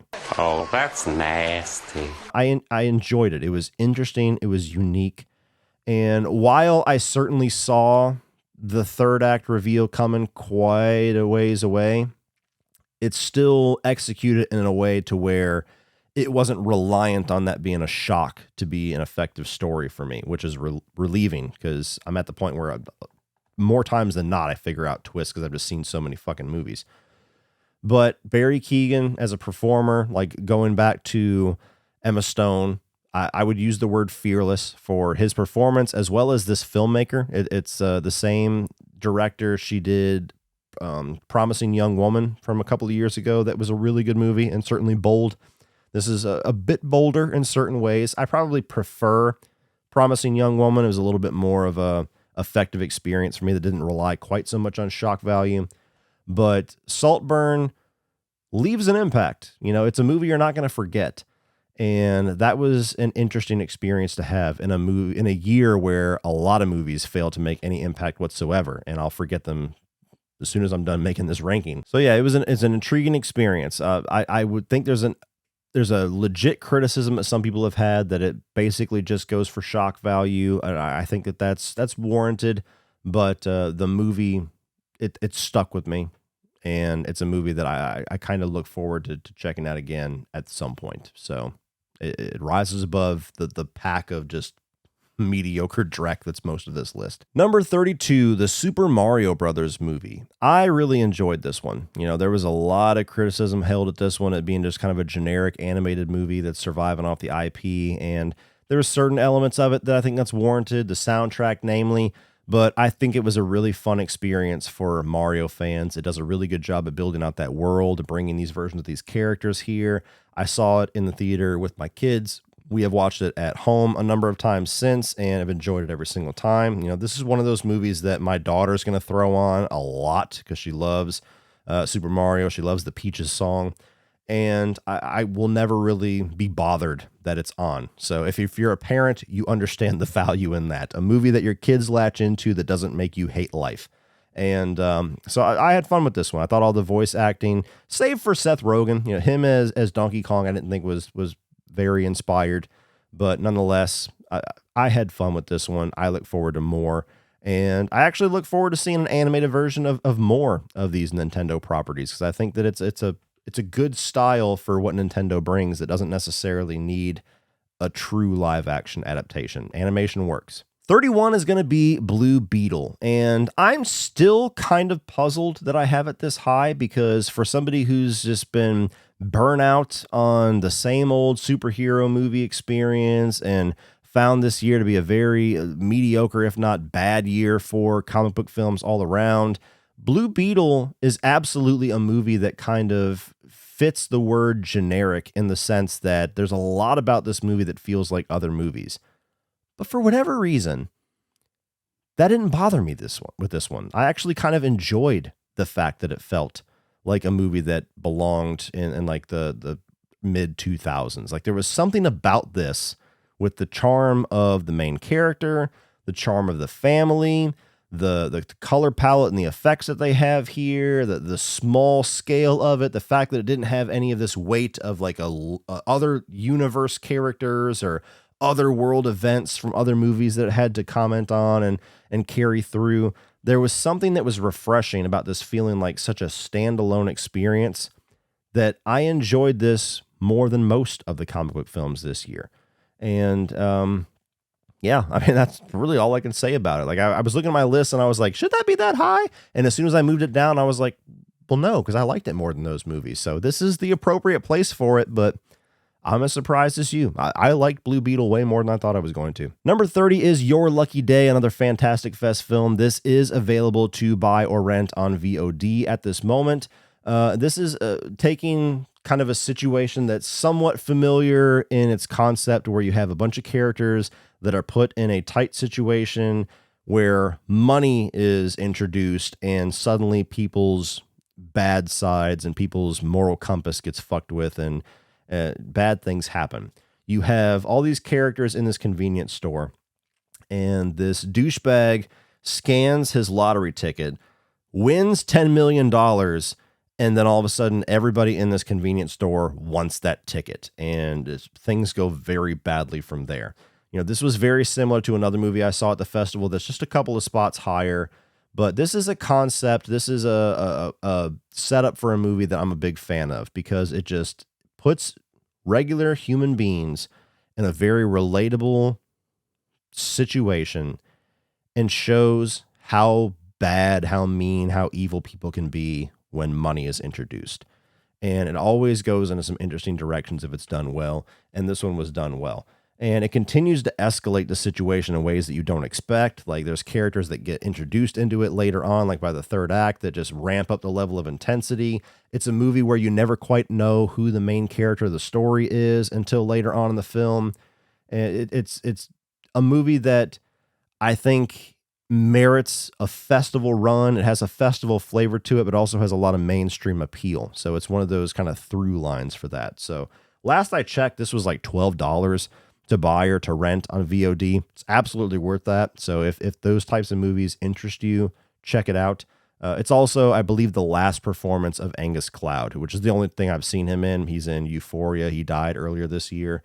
So if you're a Euphoria fan or a fan of him, that's also noteworthy. Number 29 is Missing. This is a movie from January that's, you know, easily forgotten on a lot of people's lists, but I really enjoyed Searching from a couple of years ago. This is kind of like a spiritual sequel to that. telling an entire movie from a desktop or somebody's missing and a character's trying to solve the mystery through social media apps and Google and all that kind of stuff. It's a gimmick that could easily have been stupid, but it was done so well in Searching. I think Searching's probably the better movie by an edge, but I really liked what they did in Missing. I was gripped the entire time. I was very invested in the mystery. Most of the twists and turns I thought were really effective. The ultimate reveal I saw coming a little bit ahead of where they wanted me to, but it was a really tense mystery experience. And I really like this framing device, this gimmick that they're using in these movies of having everything at a desktop. I actually think it's a really unique storytelling device, and I think 2 movies in, they've done it really well. Number 28 is Strange Darling, and this is the movie that you Kyle Gallner fans, I told you to keep an eye out for in 2024. I don't know when it's going to be released, but this was one of my favorite films of the Fantastic Fest Festival, and all I'm going to tell you about it is that it has, again, one of the great recent performances by Kyle Gallner. Also has a really good performance from Willa Fitzgerald. You'll recognize her from The Fall of the House of Usher. I think she's also in Reacher and a couple of other things. But this movie takes the classic serial killer hunting their latest prey and completely flips that on its head and does it in a way that you have not seen it done before. So I can't really tell you much else without starting to get into plot details of the movie. This is one that's best to walk in absolutely blind as possible. But if you like serial killer hunting their prey type movies, or you like the 2 actors that are the leads in this, absolutely check this thing out. Number 27, The Equalizer 3. I'm a very simple man. I love me some Denzel. I love seeing dudes get fucked up in action movies. You put them together, probably going to have a good time with it. I don't think that this might be my least favorite of the 3, but I think all 3 of them are very solid. Those are consistently like 3.5 star throwback action movies, this little Equalizer franchise. What's nice about this one is you get to see the human side of Denzel's character a little bit more. He's trying to live a peaceful life in this little Italian village. You get to see him kind of mingle with the locals and develop these relationships. And then whenever the local mob starts to fuck with everybody that he cares about, he whoops some ass. So I enjoyed this one, delivered what I wanted from that experience, and I'm a very simple and easily pleased action horror. So 27 for me. 27 is The Last Stop at Yuma County, and this is the movie that was very similar to Your Lucky Day that I also saw at Fantastic Fest, and I like this one just slightly more. I think that this one has a little bit more of a dark comedy flavor to it, where Your Lucky Day is very much just like an intense thriller, and they're close, but I just preferred my enjoyment to this one a little bit more. And what you have here is that you have this little diner attached to a gas station that is the last stop for like 100 miles. And you have these characters that just robbed a bank. And Richard Brake is the main figurehead of these 2 that are running out of gas. And they stop at this place and they have to wait for the gas truck to get there to refill the pumps so they can refill their car and get the fuck out of Dodge with the money. And more people keep stopping at this diner and stopping at this convenience store with the same issue. And so you have this bottle movie situation where all these different characters are stuck in this isolated little setting, and you're waiting for the explosion. You're waiting for a gun to go off. You're waiting for things to go bad very quickly. And it's got a very sharp, dark comedy wit. One of the definitely the funniest experience that I had at Fantastic Fest, and one of the funniest movies I had all year. A really interesting cast, too. Like I said, Richard Brake, you got Alex Esso in here. You've got Jim Cummings, Connor Paolo, Faison Love. There's a lot of people that you'll recognize here.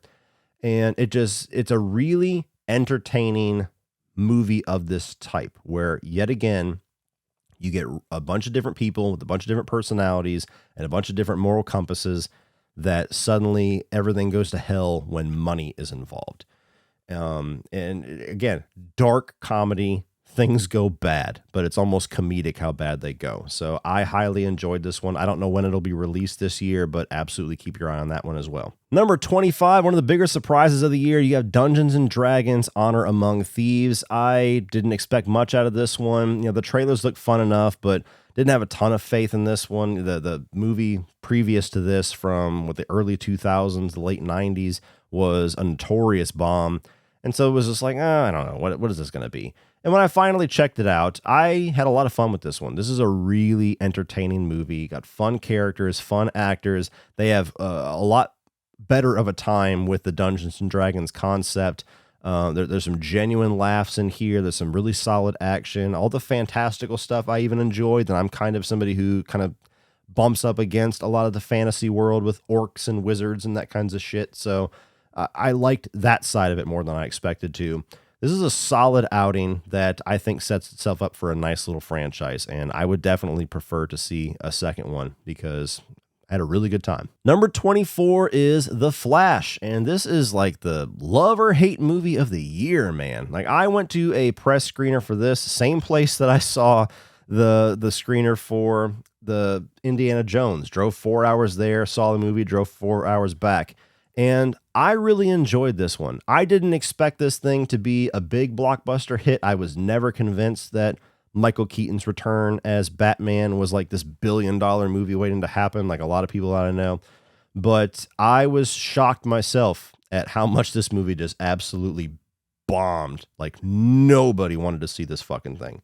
And there's a lot of reasons for that. There's the DC universe ending. There's, The Flash kind of being a movie that just was in development hell for seemed like a decade.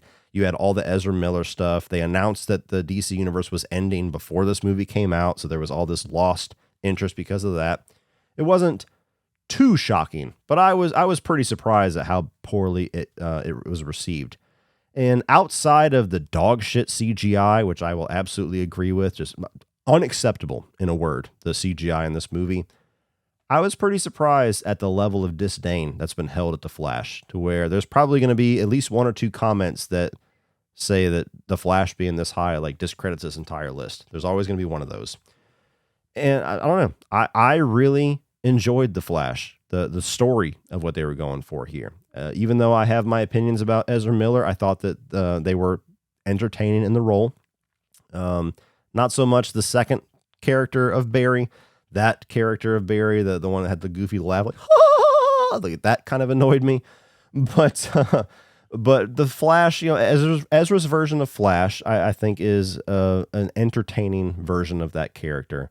And mostly because of the story that they decided to tell here, which is somebody trying to get more time with a lost parent, is something that I was very much touched by, and something that, especially the way that the movie decides to conclude that storyline, was probably, second place to the Rocket Raccoon stuff, the most emotionally effective comic book stuff that I saw all year.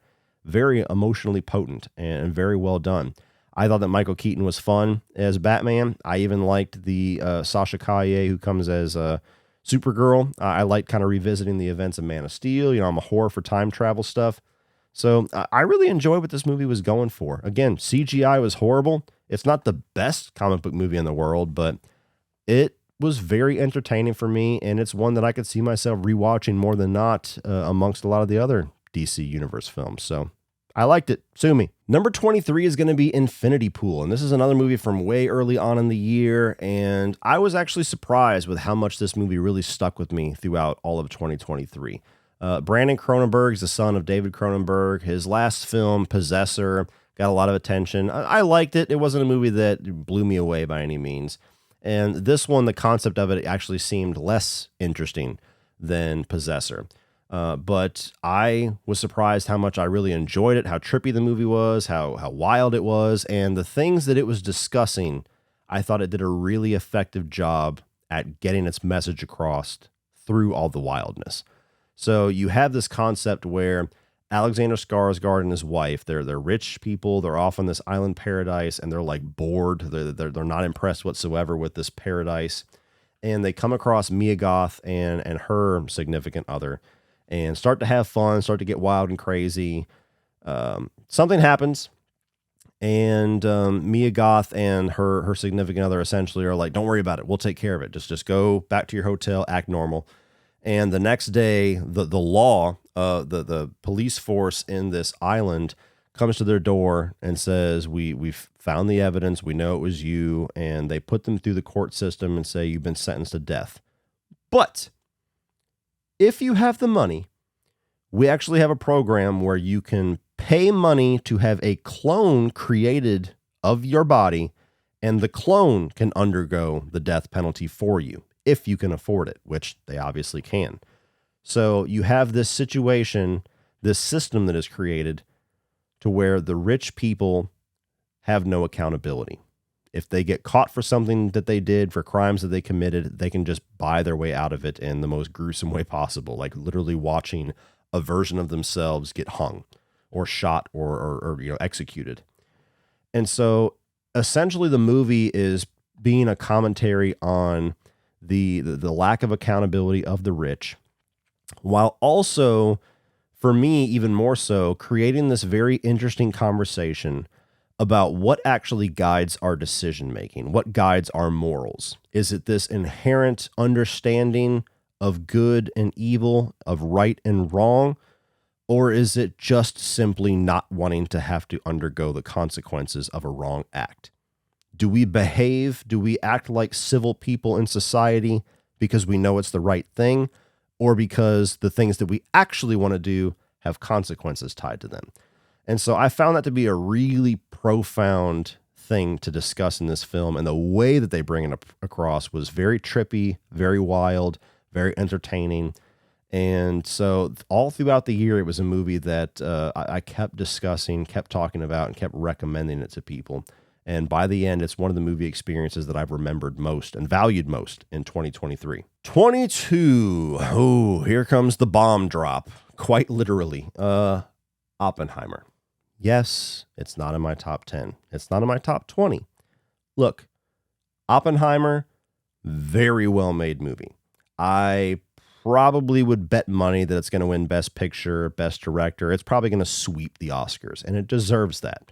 This, on a technical level, is arguably Christopher Nolan's best made movie in a long string of some of the best films that have ever been made. I love Christopher Nolan. And I think that all of the cast here does an incredible job. It's an amazing ensemble.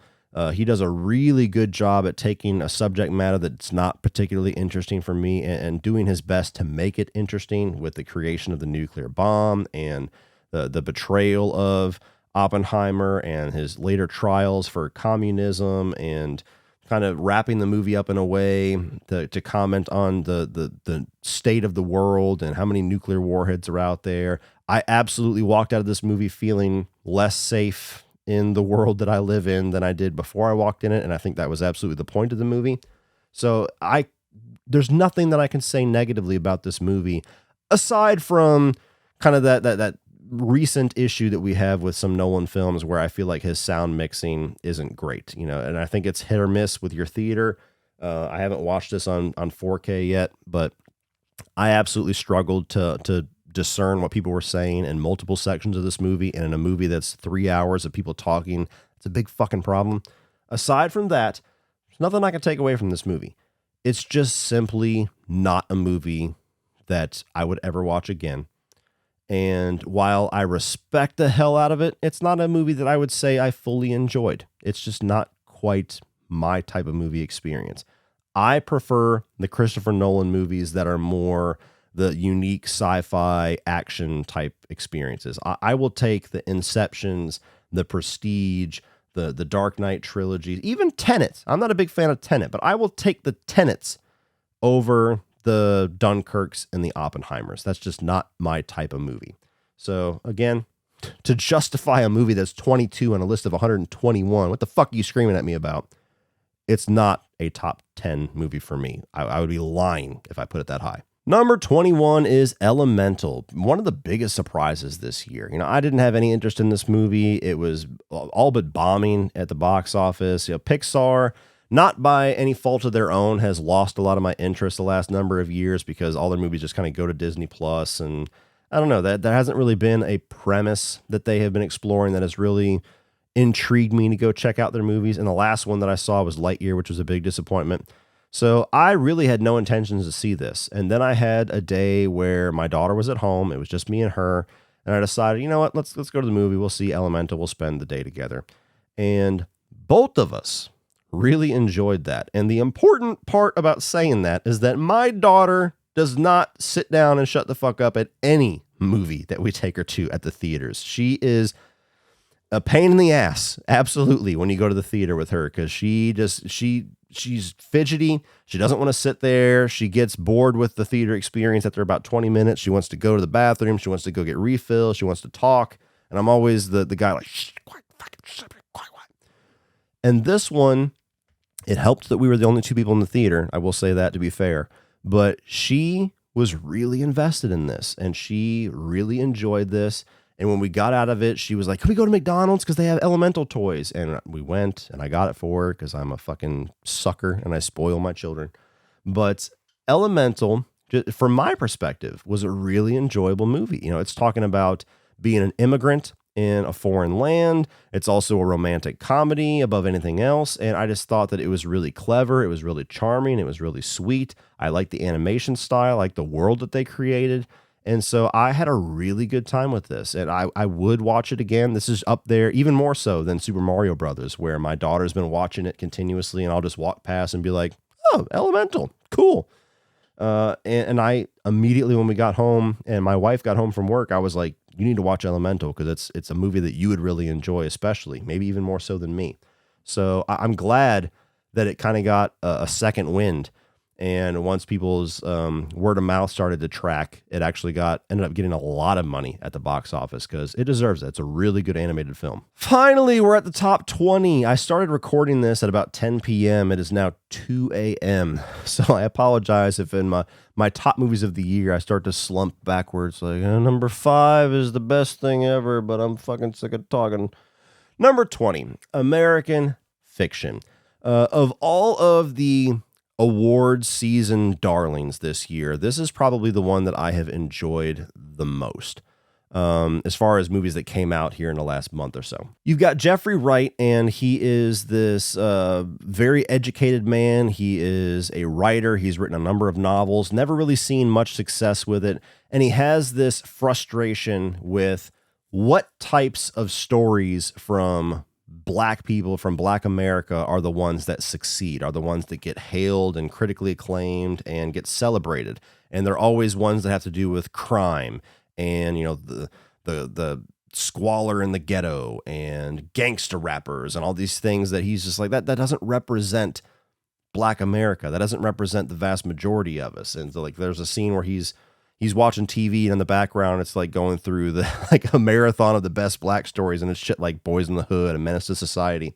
And so out of spite and frustration, he blows through and writes this novel that's like the most offensively over the top and on the nose, like gangsta story, as like a fuck you to everybody, like out of spite. And the novel becomes this huge hit. That's half the movie. The other half is like this family drama where he has this mother that has dementia. He has this brother that is kind of a wild partier. He's gay, but he's also doing like cocaine and shit. And his mother doesn't quite accept him. And so he's kind of trying to mend things within his family. Sterling K. Brown plays his brother, and absolutely one of the best supporting performances of the year. And that side of the movie is very captivating and is very entertaining. But more than anything, just that other part of the story about this novel that he writes out of spite as a joke that becomes this critically acclaimed darling and this runaway success. And he has to kind of keep up with it unwillingly. Like he's seeing all this success that he's been striving for his entire life, but it's for all the reasons that he absolutely does not want success. And so that constant like tug and battle that he has with that throughout the entire movie was so funny. It was so clever. Much like Barbie, this is a movie that has a very potent message. This is a movie that absolutely has a social commentary that it's trying to get across, which is like what stories about Black people, about Black America, do we truly value? And also holding the mirror up to a lot of the the social justice white people that try to like prop up these stories, but are actually kind of like silencing the black people while they're doing it. They're like, oh, this is the best story. Meanwhile, they're like, yeah, we know. Yeah, this is the best story. It explores all of that in a very funny, clever, and creative way to where it's so enjoyable. Again, if you're going to have a message, if the message is the main goal of the movie, you better be clever about it. And this is one of the more clever takes on trying to get a message out that I've seen in a very long time. So it was a very funny movie, very entertaining, very sweet and heartfelt.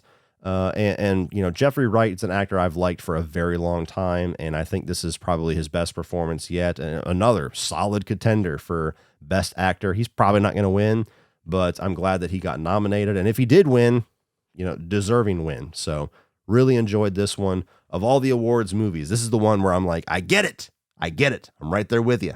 19 is going to be Cobweb, the little movie that came out of nowhere. This was released the weekend of Barbenheimer, just quietly, just unceremoniously, just put out to die by Lionsgate. And I couldn't find a fucking theater anywhere near me that was, you know, within 2 hours that was playing this. The fact that they threw it out there, to me, told me that they had no faith in this, so I was not willing to do the 2-hour drive to Jacksonville to check this thing out. Luckily, I was able to get a hold of a screener, put this thing on with low expectations, purely because of the way they released it. And I was like, why the fuck did you not release this in October, for one, but why didn't you advertise this? Why didn't you put this out on a better weekend where it could actually be seen? It wouldn't just be devoured by these two juggernauts. Like, I was so flabbergasted at the lack of faith or lack of effort on Lionsgate's part to put this out, because this was one of the best horror movies of the year for my money. You have Anthony Starr and Lizzie Kaplan playing these very off-kilter and uncomfortable parents to this little boy. Little boy starts to hear things in his walls at night. And what I liked about the movie was that it starts as one thing and it very much evolves into something else by the halfway point of the movie and goes in a completely different direction than you expected it to go from where the movie started. And every direction that it took me in, I was really entertained by. There was some really good, solid horror directing here. There's a dream sequence that's one of the creepiest scenes of 2023. The performances of those two parents are just so good and so tense and uncomfortable, and just you're uncomfortable knowing that there is a screen protecting you from them. The movie doesn't necessarily end with a home run. You know, it kind of feels like it ends a little too quick. Like maybe they need about another 10 minutes to develop things out a little bit further. Absolutely. Otherwise, this would be much higher on my list, and it's still pretty fucking high. But I was so surprised at how good this was compared to what I expected it to be, that it ended up being one of my best experiences of the year. Number 18, the best comic book film of the year, which most people agree on, is Guardians of the Galaxy Volume 3. And why was this successful when all the other Marvel films this year just tanked? That's because they let James Gunn tell a story. And it's just a Guardians of the Galaxy story. It's not following up on 5 different things. It's not setting up 3 different things. It doesn't have all this fucking homework attached to it aside from the first 2 films that pretty much everybody saw. They let James Gunn conclude his trilogy the way that he wanted, and he did a damn good job.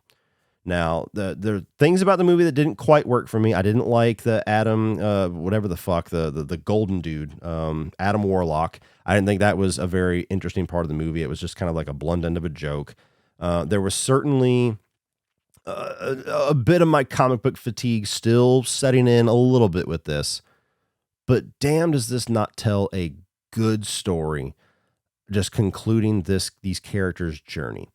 And, you know, paying off basically everybody's character arc in one way or the other, most notably Rocket Raccoon. The stuff regarding Rocket Raccoon and his past and his tie to the main villain, some of the most emotionally devastating stuff in the entire MCU. Like, over 10 years of movies, that this is the top as far as just devastating you. Like, stuff where you're like, there's certain people I might not recommend this movie to because this is going to fuck them up for like the rest of the year.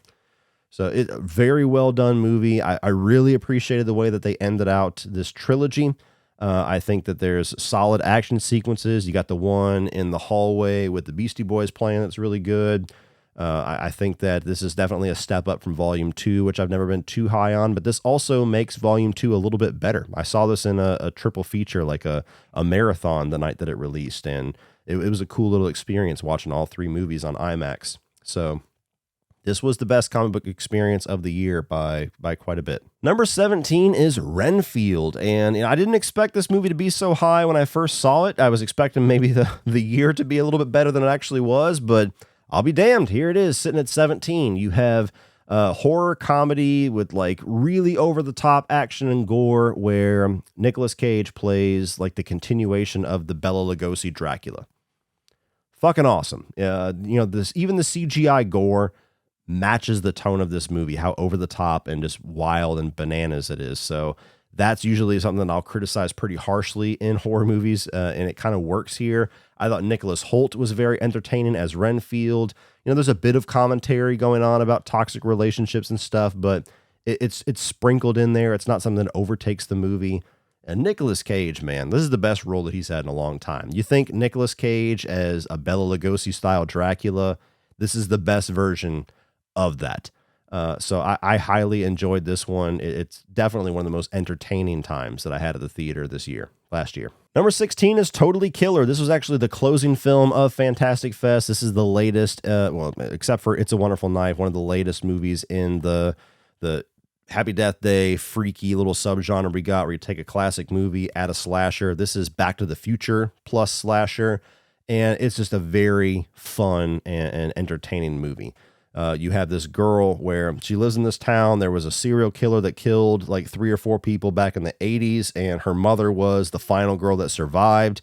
Movie starts where the killer comes back in modern time, finishes off her mom, and while she's running away, she accidentally gets into a time machine and gets warped back to the week that this killer first struck back in the 80s.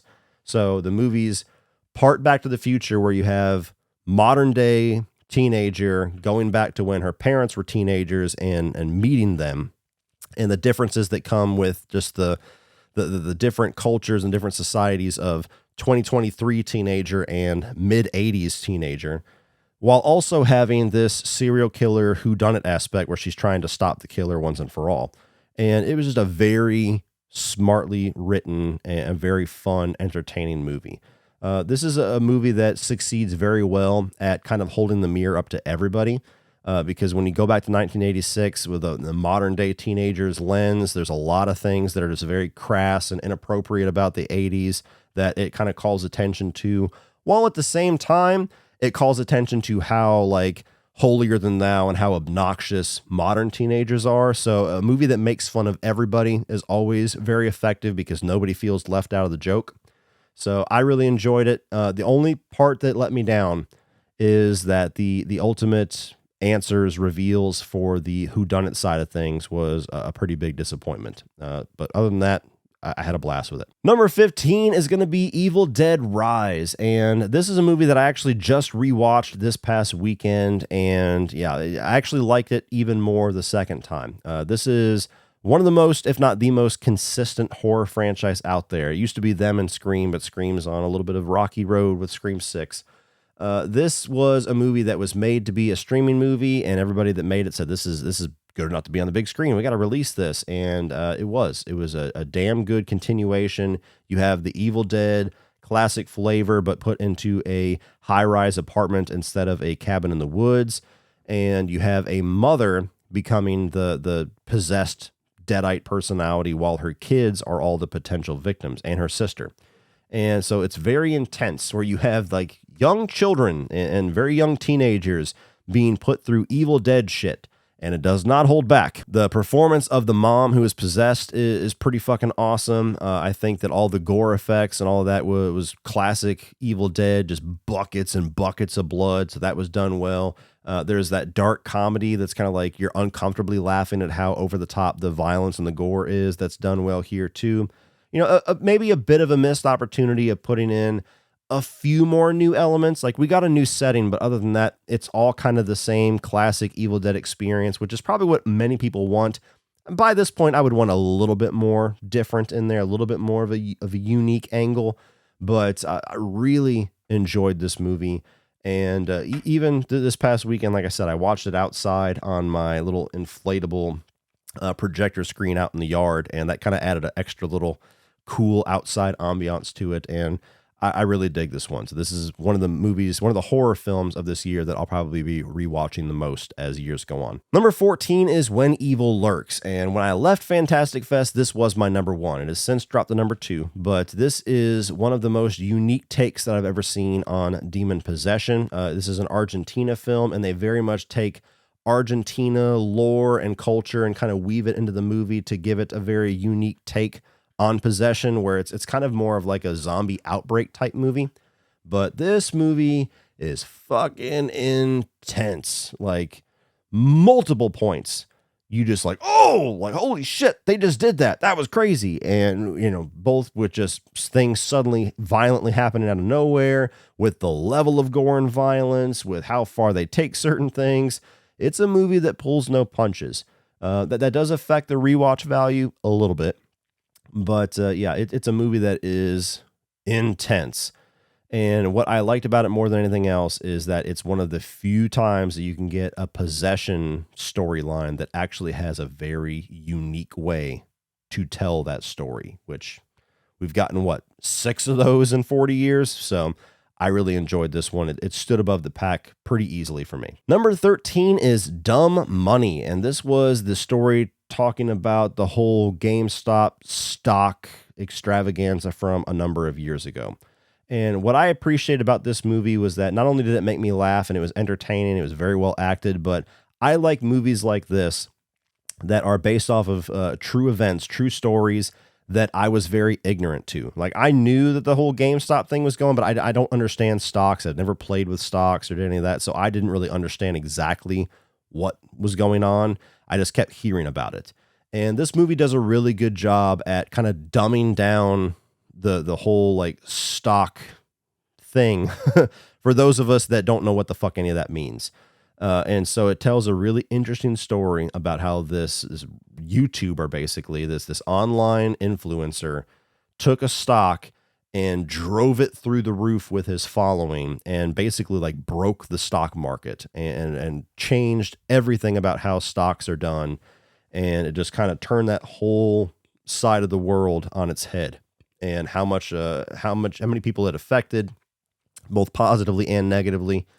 And it was just a really fun, entertaining, and interesting movie. Number 12, another one of the massive surprises this year, and that is Godzilla -1. I am not a Godzilla or kaiju fan whatsoever. I had no interest in seeing this movie. I have no interest in seeing Godzilla versus Kong, fucking Frozen Empire, whatever the hell they're calling that shit that comes out this summer. They don't do anything for me. Wasn't until I started to see a lot of buzz about this movie from some people that I trust that I was like, fine, I'll check this thing out, I guess. And I was shocked at how much I like this. This is not only, without a doubt, the best Godzilla film that I've seen, but I said in my review, you can go watch it, I said, yeah, this isn't like a top 10 of the year movie for me or anything, but I really liked it. It's at number 12, so it came pretty fucking close. This is the best storyline that I've seen in a Godzilla movie. This is a Godzilla film where I actually cared about the human characters and I was invested in their story much more than I was the monster stuff. Most times that's flipped. I'm like, can I see Godzilla again? Because I don't give a fuck about any of these people. And that was not the case here. The effects on Godzilla were astounding for the amount of money that they spent on this. So yeah, it's a movie that I would buy this. I would watch this again. And if we get more Godzilla movies like this, I will become a Godzilla fan. Number 11, just coming short of that top 10, is Spider-Man Across the Spider-Verse. And this was absolutely the most impressive animated film this year as far as the style of animation, the multiple styles of animation, and what they were able to do. It was animation done like you've never seen it before. I really enjoyed Into the Spider-Verse. This was a very good continuation of that story. I enjoy these characters. I liked how they did the multiverse in this one amongst, the way the MCU's been doing it, which has been very lackluster so far. The only issue that I had with this film was that it has that part 1 problem where it very much builds up to this climax and then the movie kind of just stops. Like as soon as it starts to get really intense and all these really crazy rising actions are happening. It's like, well, to be continued. See you next time, motherfuckers. And I've heard arguments from people about how this is actually Gwen's storyline, and the closing of her storyline is actually the climax of this movie and all that. That doesn't really work for me. I understand what you're going for and what you got out of it. For me, while her storyline certainly comes to a bit of a conclusion with her understanding with her and her father here, that was never the main point of this movie. And I personally think it's silly to argue that. But nonetheless, it's a great movie. I'm so excited for Beyond the Spider-Verse. I'm a little bummed that it's gotten pushed indefinitely. I was relieved that this was going to be just a few months away from Across the Spider-Verse, but regardless, very good movie. I'm sure when we get Beyond the Spider-Verse, this one's probably going to be even better with the completion of that storyline. And now we're at the top 10, and cracking the top 10, we have Martin Scorsese's latest, Killers of the Flower Moon. So where Oppenheimer didn't quite resonate with me, isn't a movie that, would stick with me or I'd rewatch. As far as top tier directors doing these 3-hour magnum opus historian type movies, this one was it was a lot more interesting to me, and this is one that I could recommend to a lot more people, and I could see myself rewatching. This is telling the true story of basically the massacre of the Osage community, this Indian tribe that lived amongst a bunch of white people in the early American days, and where you have Robert De Niro utilizing his nephew Leo DiCaprio to infiltrate this family and basically orchestrate a bunch of murders to try to get all of the oil money that this Osage community has into his pockets.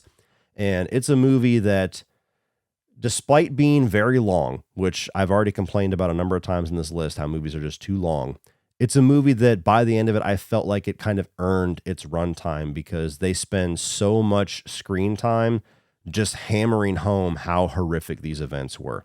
Just one after another, after another, after another of these innocent people being murdered and set up and having their things stolen out from under them, and by these very maniacal, evil people that are shaking their hands and acting like they're friends every single day and acting like they're trying to stop whatever's happening and trying to figure things out all the while they're the ones doing it. It's just a very devastating piece of American history. I thought all the performances were incredible in it, which, you can expect it from the actors that were here. Lily Gladstone, probably the standout. Wouldn't be surprised if she gets Best Actress of the Year. It's just a movie that for being a 3-hour historical retelling of something where that would normally kind of exhaust me, be like a one and done experience, this was done so well and was so gripping that it stuck with me significantly more than things like Oppenheimer. Number 9 is Gran Turismo. I'm as shocked as you. I didn't expect much from this movie. I've never been a Gran Turismo fan. I didn't quite know what this movie was about and walked in fairly blind. And I was surprised to see that this was just kind of a good old-fashioned sports underdog story. And I really enjoy those types of movies when they're done well. I really enjoyed the story. I thought it was a cool, true story. And I love the way that Neil Blomkamp's direction kind of blends some of the video game style into the true story. David Harbour's really charming. His relationship with the main character kind of being a little antagonistic at first, and then they become very close and friendly. It was just one of the more enjoyable films that I saw all year round, and one of the ones that I've recommended to the most people in 2023. It was a big surprise. Number 8, by far the biggest surprise of 2023, and that is Saw X. This was the final secret screening at Fantastic Fest. I was not excited to see this. I gave no fucks. I thought the trailer was like, whatever, they're just scraping the bottom of the barrel, doing another Saw thing. Of course, we're going back to Tobin Bell. Who gives a fuck? Like, I could not have been more pessimistic about this movie. And then I finally watched it, and I was like, holy shit, that's the best Saw movie, in my opinion. That's the best Saw movie. That was so good that I'm excited to be a Saw fan again, and I could not wait to tell everybody how awesome I thought it was and how they should be excited. And it reignited my fandom for this franchise, which has been, kind of smoldering for quite a few years here with the last number of movies. So yeah, big surprise of this one. I can't wait for Saw 11, and I hope the year turnaround is not the kiss of death to all the goodwill that they bought from a lot of us with Saw X. So definitely the biggest surprise of the year. Number 7, my personal favorite animated film of the year, and that is Teenage Mutant Ninja Turtles Mutant Mayhem. I'm a 90s kid. I grew up watching Ninja Turtles, the cartoons, the live-action movies, playing with the action figures. I have always loved Ninja Turtles. In fact, like as far as properties that I was a big fan of as a young kid, that's probably the one that I still love the most. And I've been very impatiently waiting for them to get their due, for them to have some new iteration that is deserving and it resonates with a lot of people. Michael Bay movies didn't quite get there. And so this one I was excited for, and I was very pleasantly surprised at how much I enjoyed this. I like the fact that they kind of leaned more into the teenage angle here, maybe being a little bit too adolescent for teenagers, but then again, maybe I was just a mature teenager. I love the animation style. They give Across the Spider-Verse a run for the money as far as impressive animation. I like the way that they did the story about these turtles that just want to be accepted and they want to kind of experience the real world and they want to go out there and live their life and not be kept away in the sewers. A very resonant storyline for a lot of us. And the way that they utilized the villains I thought was entertaining too. There's a ton of villains in this movie. The only thing that I held it back a bit was just that there's a couple of classic villains that I didn't completely love what they did with them. But I'm very excited for the future, whatever that is, TV or movies of this franchise. I really love this movie. Piece of power, a flying saucer food delight. Number 6 was my favorite horror film of the year, and that is Talk to Me. And this was, again, like When Evil Lurks, a very interesting and unique take on the demon possession type genre. You have a bunch of kids, this is an Australian film, so a bunch of Australian teenagers that get a hold of this cursed ceramic hand, and if you hold the hand and say, talk to me, or I let you in, you can be possessed by an entity, a dead person, a spirit, a ghost, whatever you want to call it. And they treat it as a party game. You know, they film each other and they do TikToks and they get each other to do weird shit while they're possessed, and things go very wrong. And this is a movie that was also made by a couple of YouTubers, which that's pretty fucking awesome. That one of the more critically acclaimed movies of the year was made by a couple of YouTubers. So that's awesome about it. But yeah, I really enjoyed this movie. I think that it's pretty dark and twisted and disturbing, and some really nice twisted visuals here, and a lot of potential for where the sequel eventually will go. Normally I'm somebody that I like my one and done movies that very rarely are one and done because money talks, but this is one where there's enough left there to explore that I'm very interested in seeing where they go further. Number 5, we have Extraction 2, just a good old-fashioned kick-ass bare-knuckle action film, and I am here for it. I was not somebody who jumped onto the train of this right away. I actually didn't watch the first one until the weekend that Extraction 2 dropped. Really enjoyed the first one, loved the second one. There's just incredibly shot and executed action sequences in here. Chris Hemsworth is awesome as like an action star. The only thing you can really say against this movie is that the story is pretty simple, and that's valid. But as long as they do everything else top notch, they do, I can forgive a simple story as long as it's a good way to get Chris Hemsworth to fuck people up for 2 hours. And this was awesome. I really loved this one. Number 4 is going to be Air. And this is one that I saw early on in the year, and I pretty much knew when I saw it, this is probably going to make my top 10. It's a very good movie. Ben Affleck coming back to the director's chair, which, welcome back. Been waiting for you. And telling the story of the origins of the Air Jordan. Like, you could not find a less interesting premise for me personally, one that I just give no fucks about. But he makes it a compelling premise through really good writing, really good performances. You got Matt Damon as the lead here. You've got Chris Tucker. Ben Affleck plays one of the characters too. Viola Davis plays Michael Jordan's mother. And it's all about how this guy kind of saw something in Michael Jordan that nobody else saw. This is before he was the superstar. This is when he was like kind of a rookie, kind of an up-and-comer. And he wanted to make this signature shoe for Michael Jordan at Nike. And obviously, as history has shown, Michael Jordan becomes arguably the most celebrated sports athlete of all time. The Air Jordan, the most successful and highest selling shoe of all time. So it tells the story of two of the most prominent things of all time and frames them as underdogs. So this very much like Gran Turismo is like an underdog sports story, and it's a very funny and enjoyable movie. This competes for funniest movie of the year. And it's just a very, very well done movie. You know, Ben Affleck, fucking dude, he's an awesome director. I can't wait to see what he does next. Number 3, we got Mission Impossible Dead Reckoning. I would say part 1, but I guess they're going to be getting rid of that. So just going to be Dead Reckoning from now on. Can you give us new Blu-ray, slip covers for that? Because that's going to be fucking annoying. Anyway, Mission Impossible, easily one of the most consistently great action franchises of all time. Many people say that each one is better than the last, and solid argument for all of that. And this one, it just continues to be the Mission Impossible greatness. Like, Tom Cruise just knows how to make thoroughly entertaining action films, and knows how to put himself in harm's way to get like the coolest and the best and the most tense shot possible. Really good story here with the threat of AI. I thought it was an effective villain. Even the human figureheads that are working with the AI are really effective villains. I like the team here. Really solid, incredible stunts. Haley Atwell, who's kind of like the newest addition in here, was very entertaining as well as like this thief, this pickpocket that's a part of this whole plot.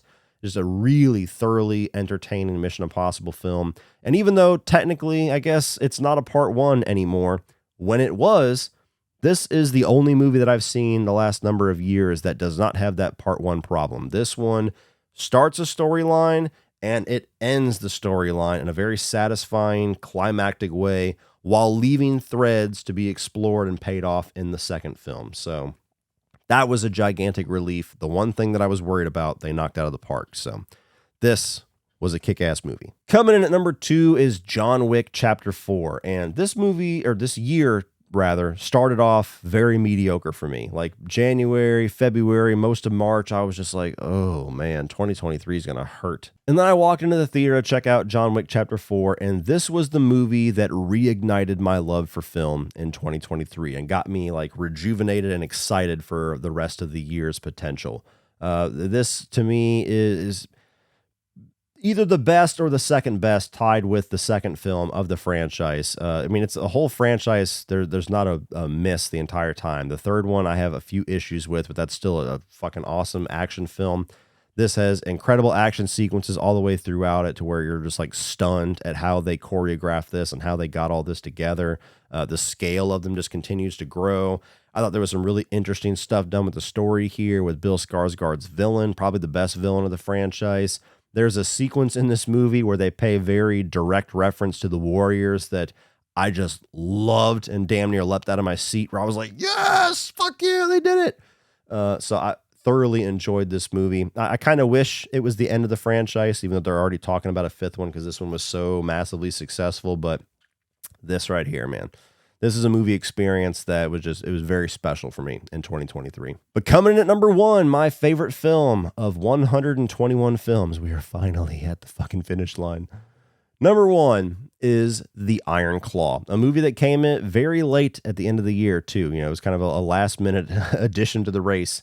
And, I'm not going to go too far into it. I've done a review of this film. I talked about it at length in my top 10 best movies of the year as far as why this movie was just so emotionally relevant to me and why it affected me so much on an emotional level and why it stuck with me. This is a story about the Von Erich wrestling family, which is one of the most tragic, true stories you're ever going to hear about.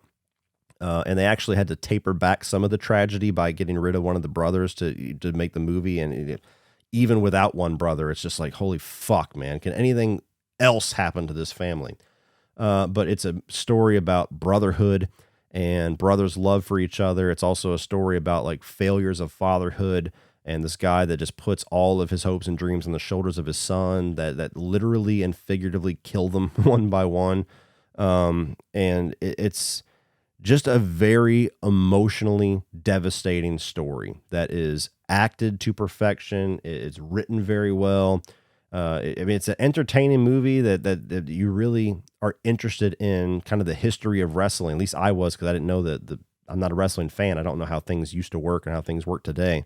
So it's a very interesting movie, but through this true story, it explores things that just really hit home for me.